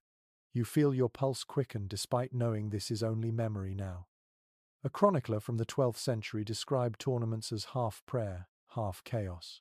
They began with solemn blessings and ended with bruises, splintered lances, and laughter. Knights swore to fight for honor, but a bit of showmanship never hurt. Some were known to wear sleeves embroidered with a lady's colors, their courage tied to silk and sentiment. One charming account from Burgundy mentions a knight who carried his lady's ribbon on his helmet for 7 years without washing it, insisting that its luck would fade with soap. His comrades joked that victory came from the smell, not the devotion. Such stories capture the strange blend of seriousness and humor that colored these events. Archaeological evidence from tournament fields show that not all contests were violent. Many were rehearsed performances. Wooden swords, blunted lances, and mock duels gave spectators a thrill without drawing blood. Yet accidents were common. A broken lance could pierce armor, and cheers could turn to cries in an instant. Danger was part of the spectacle, a reminder that courage was always rented from fate. Some experts continue to debate whether these gatherings were genuine training for war or elaborate theatre. Perhaps they were both. The rhythm of hooves, the clang of armor, the rising chant of the crowd all echoed the patterns of real battle, but with applause replacing screams.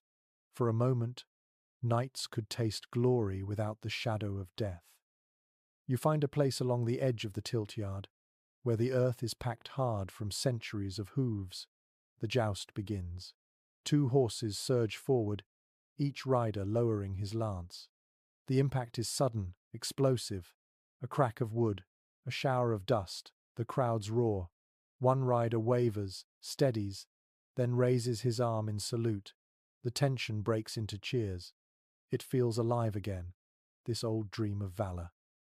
As the next competitors ready themselves, musicians play along the sidelines. Drums keep time, pipes spiral upward in melody, and banners ripple like living fire. The castle becomes a stage, each sound another brushstroke on its great performance. A curious note found in a steward's expense book reveals that after tournaments, the grounds often turned into markets. Merchants set up stalls selling ribbons, charms, and trinkets shaped like tiny shields. Children traded pebbles for souvenirs, and the smell of roasted meat replaced that of dust and sweat. It was a rare moment when peasants and nobles shared the same laughter, even if only for a few hours. As night deepens, the spectacle continues indoors. You follow the crowd back through the archway into the great hall, where torches blaze and tables overflow. Music swells again, louder and faster now. The same knights who clashed in armor now dance with unsteady grace, still flushed from wine and victory. One poetic observation from a court musician noted that these feasts were the other half of battle. The triumph of surviving deserved its own ritual, and celebration was a kind of renewal. You can see it clearly here, the joy, the exhaustion, the relief that tomorrow's duties are still a sunrise away. You sit near the edge of the hall, watching servants move like a well-practiced tide. Platters of meat pass by, cups refill, and the smell of roasted herbs and honey drifts through the air. For a moment, The castle feels almost modern in its rhythm, a space made for spectacle and connection. Some historians have suggested that tournaments were less about combat and more about control. By keeping knights busy with games, rulers channeled their aggression into ceremony instead of rebellion. It was a clever kind of peace, disguised as sport. The idea makes you smile, a kingdom distracted by pageantry rather than war. The music slows. A bard steps forward, lute in hand, and begins to sing. His voice rises above the murmurs, telling a story of a castle that survived 1,000 storms, of lovers parting and reuniting, of kings forgotten, and walls that endure. You recognize the pattern now. It is the story of every castle, every night like this one. When the song ends, the crowd claps softly, almost reverently. The fire pops in the hearth, sending a spark upward like a fleeting star. Outside, the trumpets fall silent. The games are over, the laughter fading into satisfied sighs. You rise quietly and step away from the hall. The noise behind you softens until only the crackle of distant torches remains. Ahead, the corridor leads downward into cooler air again. Somewhere below, the sound of dripping water and clinking coins hints at another truth of castle life: the unromantic work of trade, treasure, and taxation. The glitter of gold waits in the dark. You follow the slope of the corridor downward until the sounds of music and laughter vanish completely. The air grows heavier, damp, with the scent of earth and metal. A faint flicker of torchlight glints off something dull and grey along the wall. You realize you have stepped into the underbelly of the castle, the place where wealth was counted and guarded, where the pulse of commerce kept the fortress alive. According to royal household records, every major castle functioned as a center of local trade. Within its walls were storerooms, granaries, and treasuries that managed more than silver.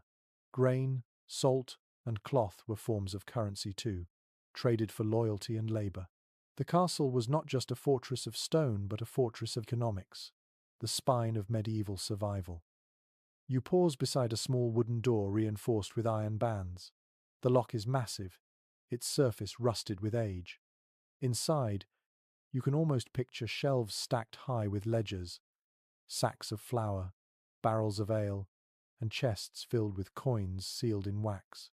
A steward would once have stood here, keys jangling at his belt, his quill scratching long into the night. One well-documented record from the accounts of Henry II details payments for everything from candles to cannon shot, revealing how castles breathed through spending. To run a fortress required constant motion, taxes collected, rents exchanged, tolls gathered at the gate. The Lords of Stone were, in truth, masters of numbers. A curious discovery during excavations in a French stronghold uncovered hundreds of small lead tokens, each stamped with symbols of bread or tools. They served as a kind of internal currency, exchanged among servants before being tallied by the steward. It was an ingenious system, a miniature economy hidden within walls. According to merchants' letters of the period, castles also acted as banks for their regions. Wealthy travelers stored valuables here, protected by reputation and stone. The promise of safety gave castles a kind of financial gravity.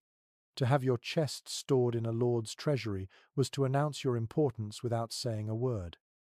Some scholars still debate whether this concentration of wealth strengthened feudalism or suffocated it. Money flowed upward like water to the keep, but rarely trickled back down. Yet the people who served within the walls often found stability unknown in villages beyond. Their wages, though small, arrived with regularity, and their lives revolved around the rhythms of paydays and provisions. You walk deeper into the cellar, your torch reflecting faintly on coins embedded in cracks of stone. Perhaps they were dropped centuries ago, their owners long gone. You stoop to pick one up, its surface rough with corrosion. The faint outline of a cross remains, a reminder that even money was sacred once, its image blessed to ensure honest exchange. According to records of toll collectors, every cart entering the castle was inspected and taxed. Grain, cloth, even salt paid its tithe to pass through the gates. The revenue kept the walls standing, the soldiers fed, the masons paid. It was an endless circle of debt and labor, balanced by faith in structure. A small but intriguing detail found in a steward's personal diary mentions the use of coded language in ledgers. Certain debts were written under nicknames or drawn as symbols: a loaf for a bribe, a dove for a favor. The system was subtle enough that only insiders could read it. Corruption, it seems, has always preferred the company of clever minds. The torchlight dances across another section of the wall, illuminating carved niches where documents were once stored in wooden chests. The smell of wax and parchment still lingers faintly, dry and sweet. You can almost hear the rustle of paper, the steady scratch of quills counting each coin, each bushel, each promise. Some historians have noted that stewards and clerks often wielded more real influence than soldiers. Numbers carried power of their own. A single line on a page could decide who starved and who prospered. In many ways, the castle's true weapon was ink. You reach the end of the corridor, where a small arch opens into another chamber. Inside, the ceiling is low and arched, built for security rather than comfort. This was the strong room. Chests once lined the floor here, sealed with wax and guarded day and night. The treasure was both literal and symbolic, the proof of authority that kept loyalty intact. A curious anecdote in a merchant's letter describes a time when a castle lord, desperate to fund a campaign, melted his silver tableware into coins. The gesture impressed his soldiers more than any speech could. It showed that even nobility could bleed metal when needed. The torch wavers as a draft moves through the chamber. For a moment, the light makes the walls shimmer as if gold still gleams beneath the surface. It is easy to imagine the hum of activity that once filled this place. The counting, the arguing, the quiet sighs of clerks balancing columns by candlelight. Then the silence returns, steady and deep. You realize that every sound of life above the laughter, the music, the tournaments was sustained by the patient labor of those who worked in this shadowed world. The glamour of the castle stood on the shoulders of ink-stained hands. You take one last look around the cellar. The faint smell of iron mingles with the cool air, and a single droplet falls from the ceiling into a crack below. It is a small sound, yet it seems to echo the rhythm of all those long-ago transactions. As you climb back toward the light, you feel the change in the air again. The passage leads toward colder stone, toward places where money meant little. The treasury gives way to the cells, where fate balanced itself in chains and mercy. You follow the sound of dripping water and the slow thud of your own steps into the darkness below, where prisoners and promises once shared the same walls. The air cools as you descend, growing thick with the smell of damp stone and rusted iron. The faint drip of water becomes your only companion. The torch in your hand sputters softly, its light trembling against the walls. You have entered the castle's deepest chambers, the place where justice, punishment, and patience lived side by side. The stones here do not echo celebration. They hold their breath. According to judicial records preserved from several medieval estates, most castles contained at least one prison, often beneath the Great Hall or near the gatehouse. These cells were not always for common criminals. Many held political prisoners, hostages, and unlucky nobles who had fallen out of favor. The rooms were rarely large, their ceilings low, their air heavy. To be locked here meant to vanish from the world above. You move through a narrow corridor lined with small arched openings. Inside each is a chamber just wide enough for a straw bed and a bucket. The air smells of dust, lime, and time itself. In one cell, the wall bears a carving of a simple cross. The lines are uneven, scraped by someone desperate for grace, a reminder that even hope can survive in the darkest corner. According to the writings of a Benedictine chronicler, prisoners were sometimes granted a candle on holy days. He described the moment as both mercy and torment, the flicker of light reminding them of the world they could not see. You look at the small shelf cut into the wall before you and imagine that lonely flame, its smoke curling like a prayer no one answered. A curious discovery in a ruined castle dungeon revealed traces of ink on the plaster walls, faint marks that turned out to be Latin words. Scholars believe a captive cleric wrote fragments of psalms from memory, mixing them with personal thoughts. His final line, barely legible, reads, "I forgive the silence." The words linger like breath, patient and defiant. Some historians continue to debate how often these dungeons were used.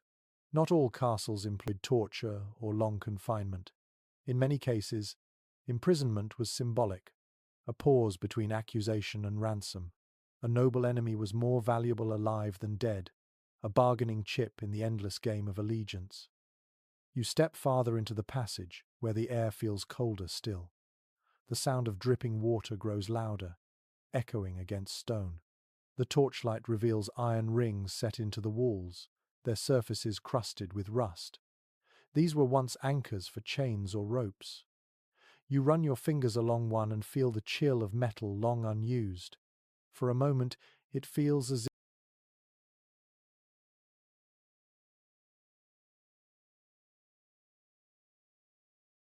if the castle itself still remembers who once stood here. A small but poignant detail survives in the diary of a travelling friar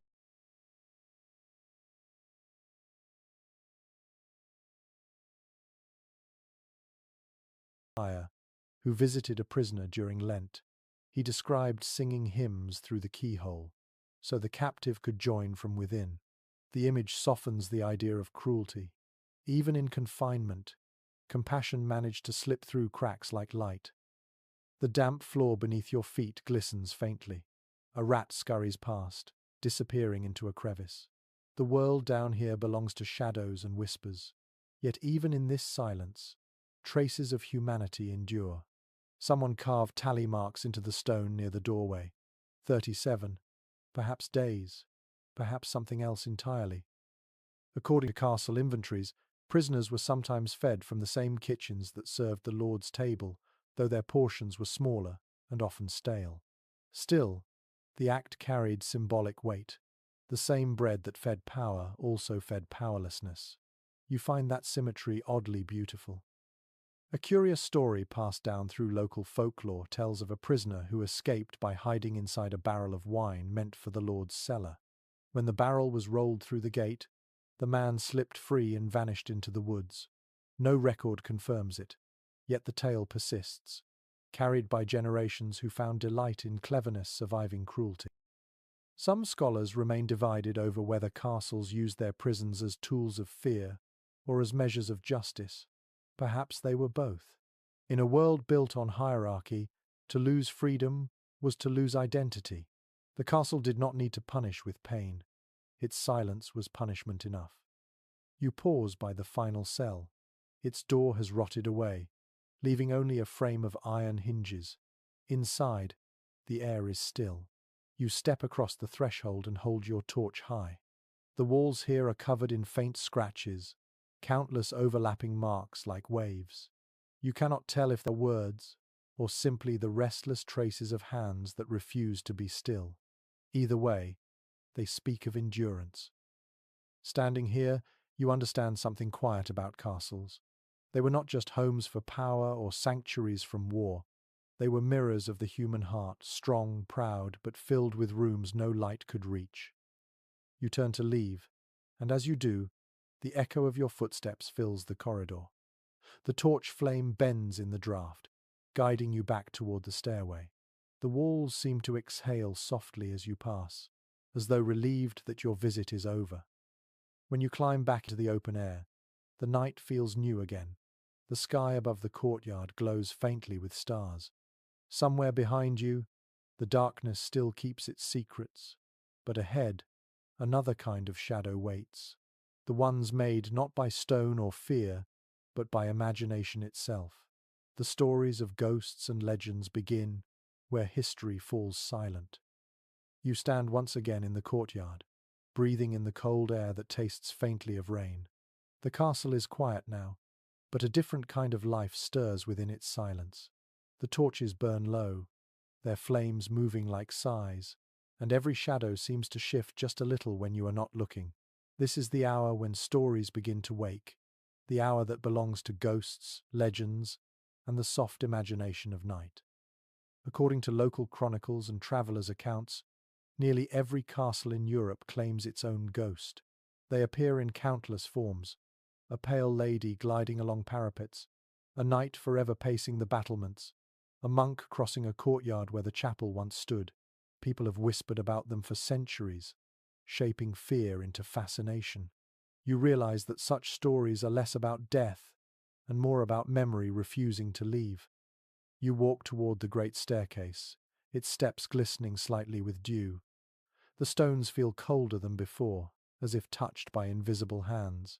Somewhere above, the wind moves through a broken window, producing a faint moaning sound. In daylight, it would be nothing more than air. At night, it sounds like a sigh. According to a 15th century letter written by a visiting poet, one of the oldest ghost tales tells of a builder who fell from the wall before the castle was completed. His spirit, they said, returned each night to tap the stones, checking that the structure still held. Guards reported hearing the sound of hammering long after midnight, though no one ever saw him. The poet ended his letter with a simple thought: perhaps he only wanted to be sure his work was loved. A curious local tradition from certain regions records that household servants would greet unseen presences politely before locking up for the night. "Good rest to you," they whispered to the empty hall, a kind of truce between living and memory. You smile at the thought that courtesy extended even to ghosts. Some scholars still discuss whether these hauntings were born of fear, guilt, or simply the echo of imagination in cold stone. Castles amplified every sound: the creak of wood, the drip of water, the distant cry of an owl. In the hush of midnight, the mind shaped these noises into stories.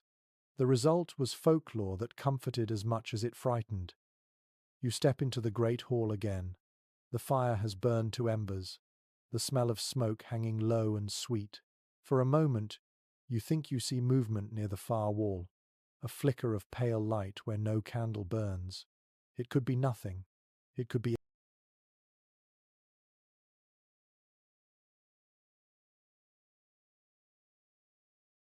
everything. The line between truth and superstition wavers like a reflection on water. A small but fascinating note survives in a Scottish manuscript, describing how castle guards would mark protective symbols on their armour before night duty. The belief was not that ghosts could harm them, but that fear itself could. By scratching a cross or a simple circle into their shields, they steadied their hearts. Faith, even when mixed with folklore, was still a kind of armour. There are stories of kindness among the hauntings too.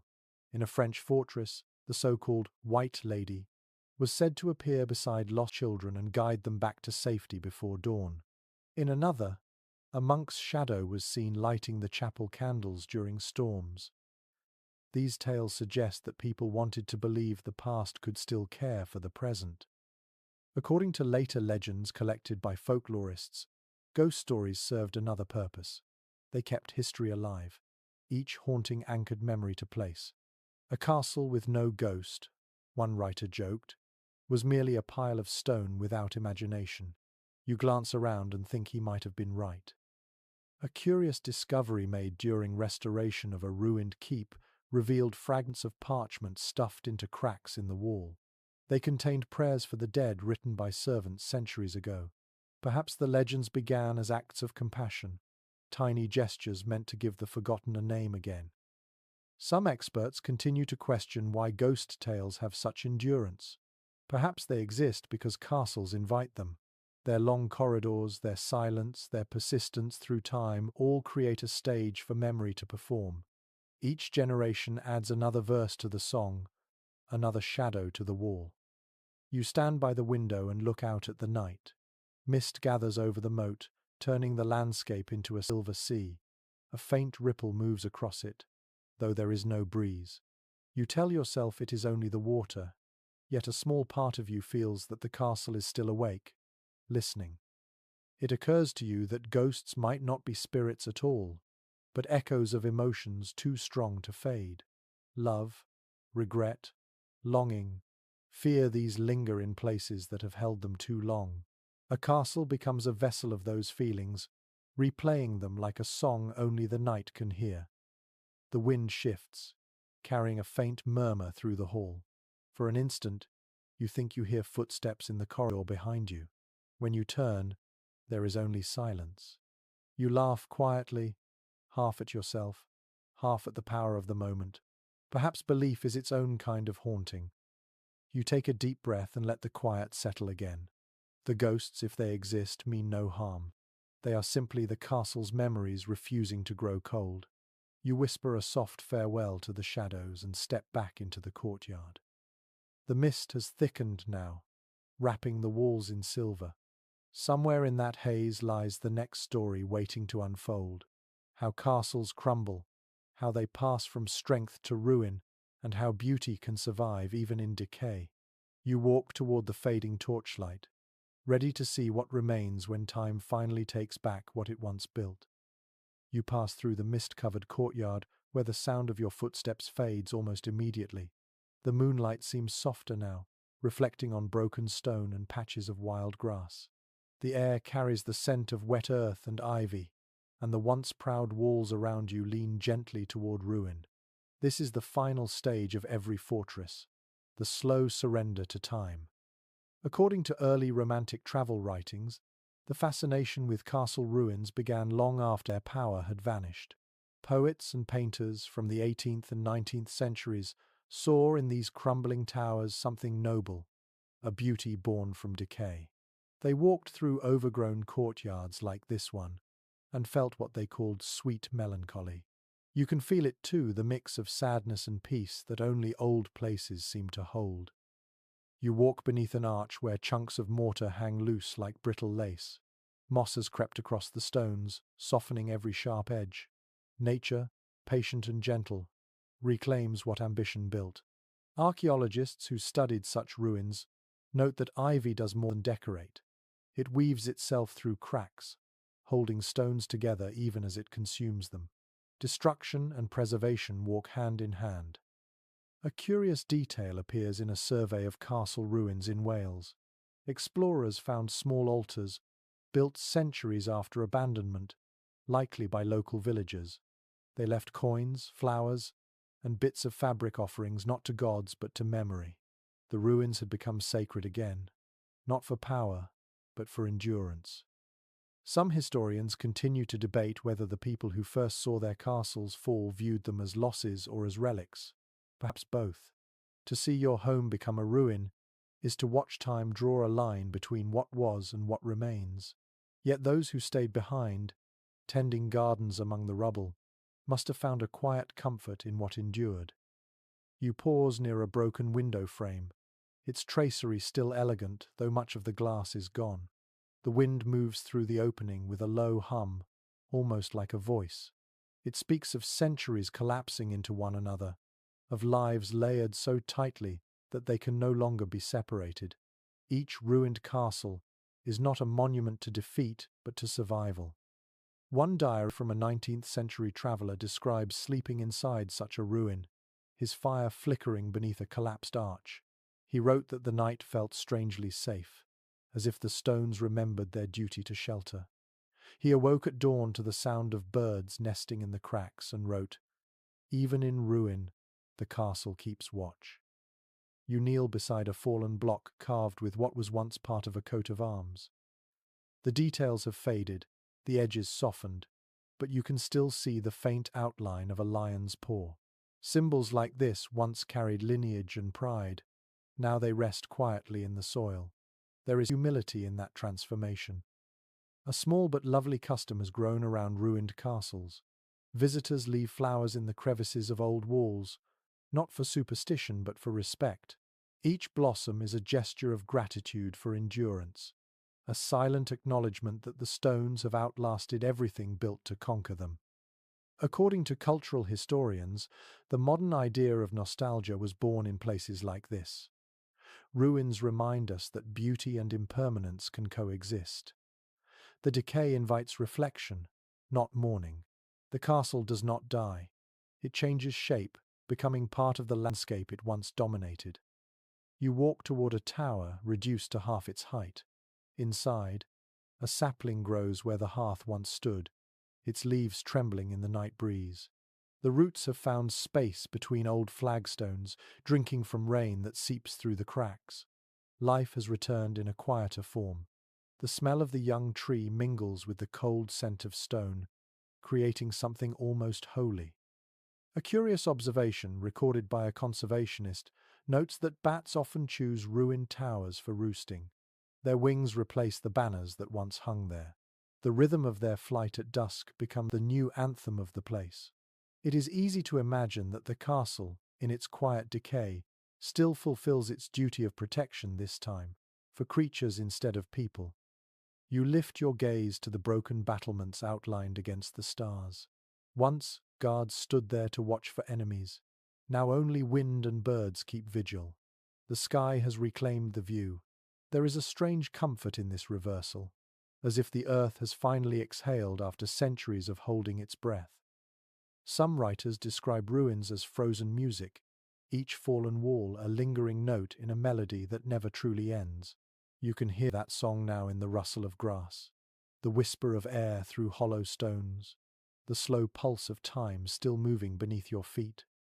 You linger for a moment longer, tracing the rough surface of the wall beside you. It feels warm from the day's sun, though the night is cold. Perhaps the stones remember heat just as they remember voices. They have learned to keep the echoes of life within them. The torch in your hand burns low again, its flame trembling like the heartbeat of the story itself.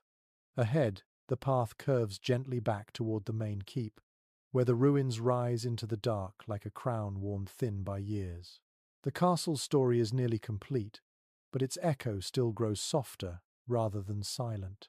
You walk toward that last echo, ready to rest among its final reflections. You return to the great courtyard once more, now bathed in the faint light of dawn. The mist has thinned, and the sky above the towers glows with pale gold.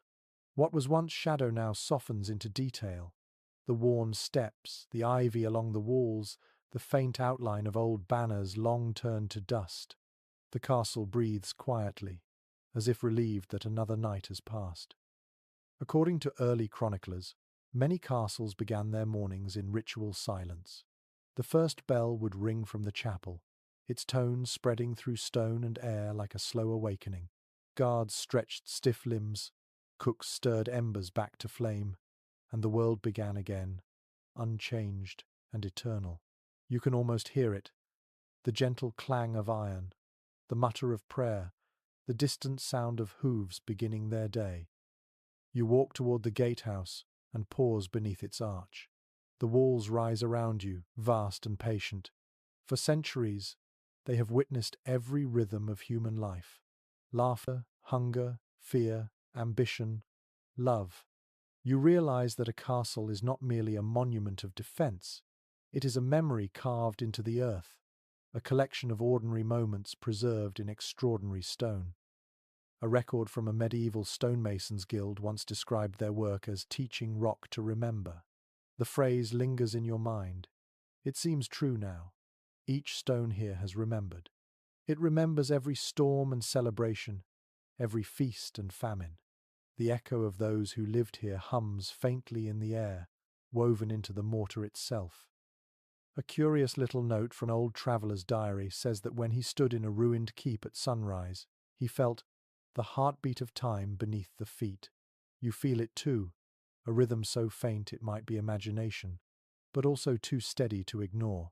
Perhaps that is what castles have always guarded, not treasure or rulers, but the quiet persistence of life itself. Some modern historians like to debate the purpose of castles. Were they fortresses, palaces, prisons, or symbols? Standing here, you realize they were all of those, and something simpler too. They were attempts to make safety visible, to turn human hope into architecture. The dream of permanence, set against the truth of impermanence. The wind moves through the courtyard again, carrying the faint fragrance of rain-soaked grass. A pair of swallows dart above the walls, their wings tracing patterns older than history. For them, the castle is not ruin or relic, only shelter. You watch them circle once, twice, then vanish into the open sky. You climb the last few steps to the wall walk.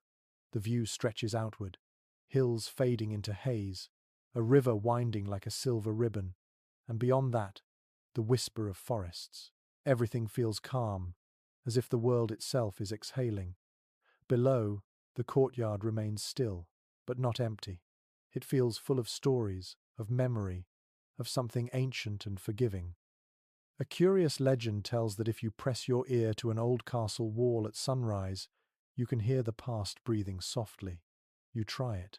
The stone feels cool against your cheek.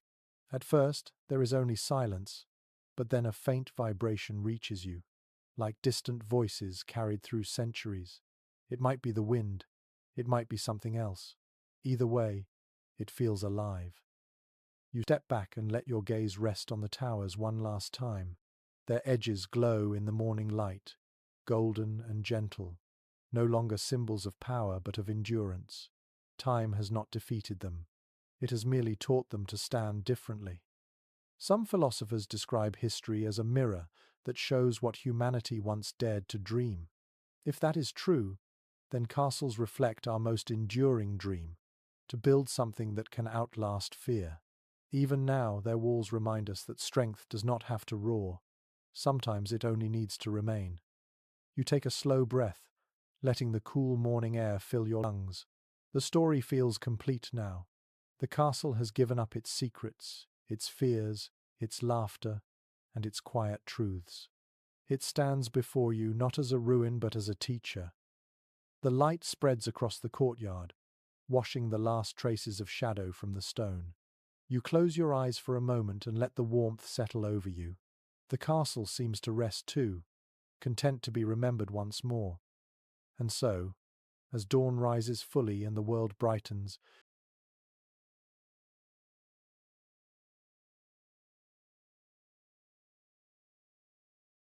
you turn away from the walls and begin to walk back down the path.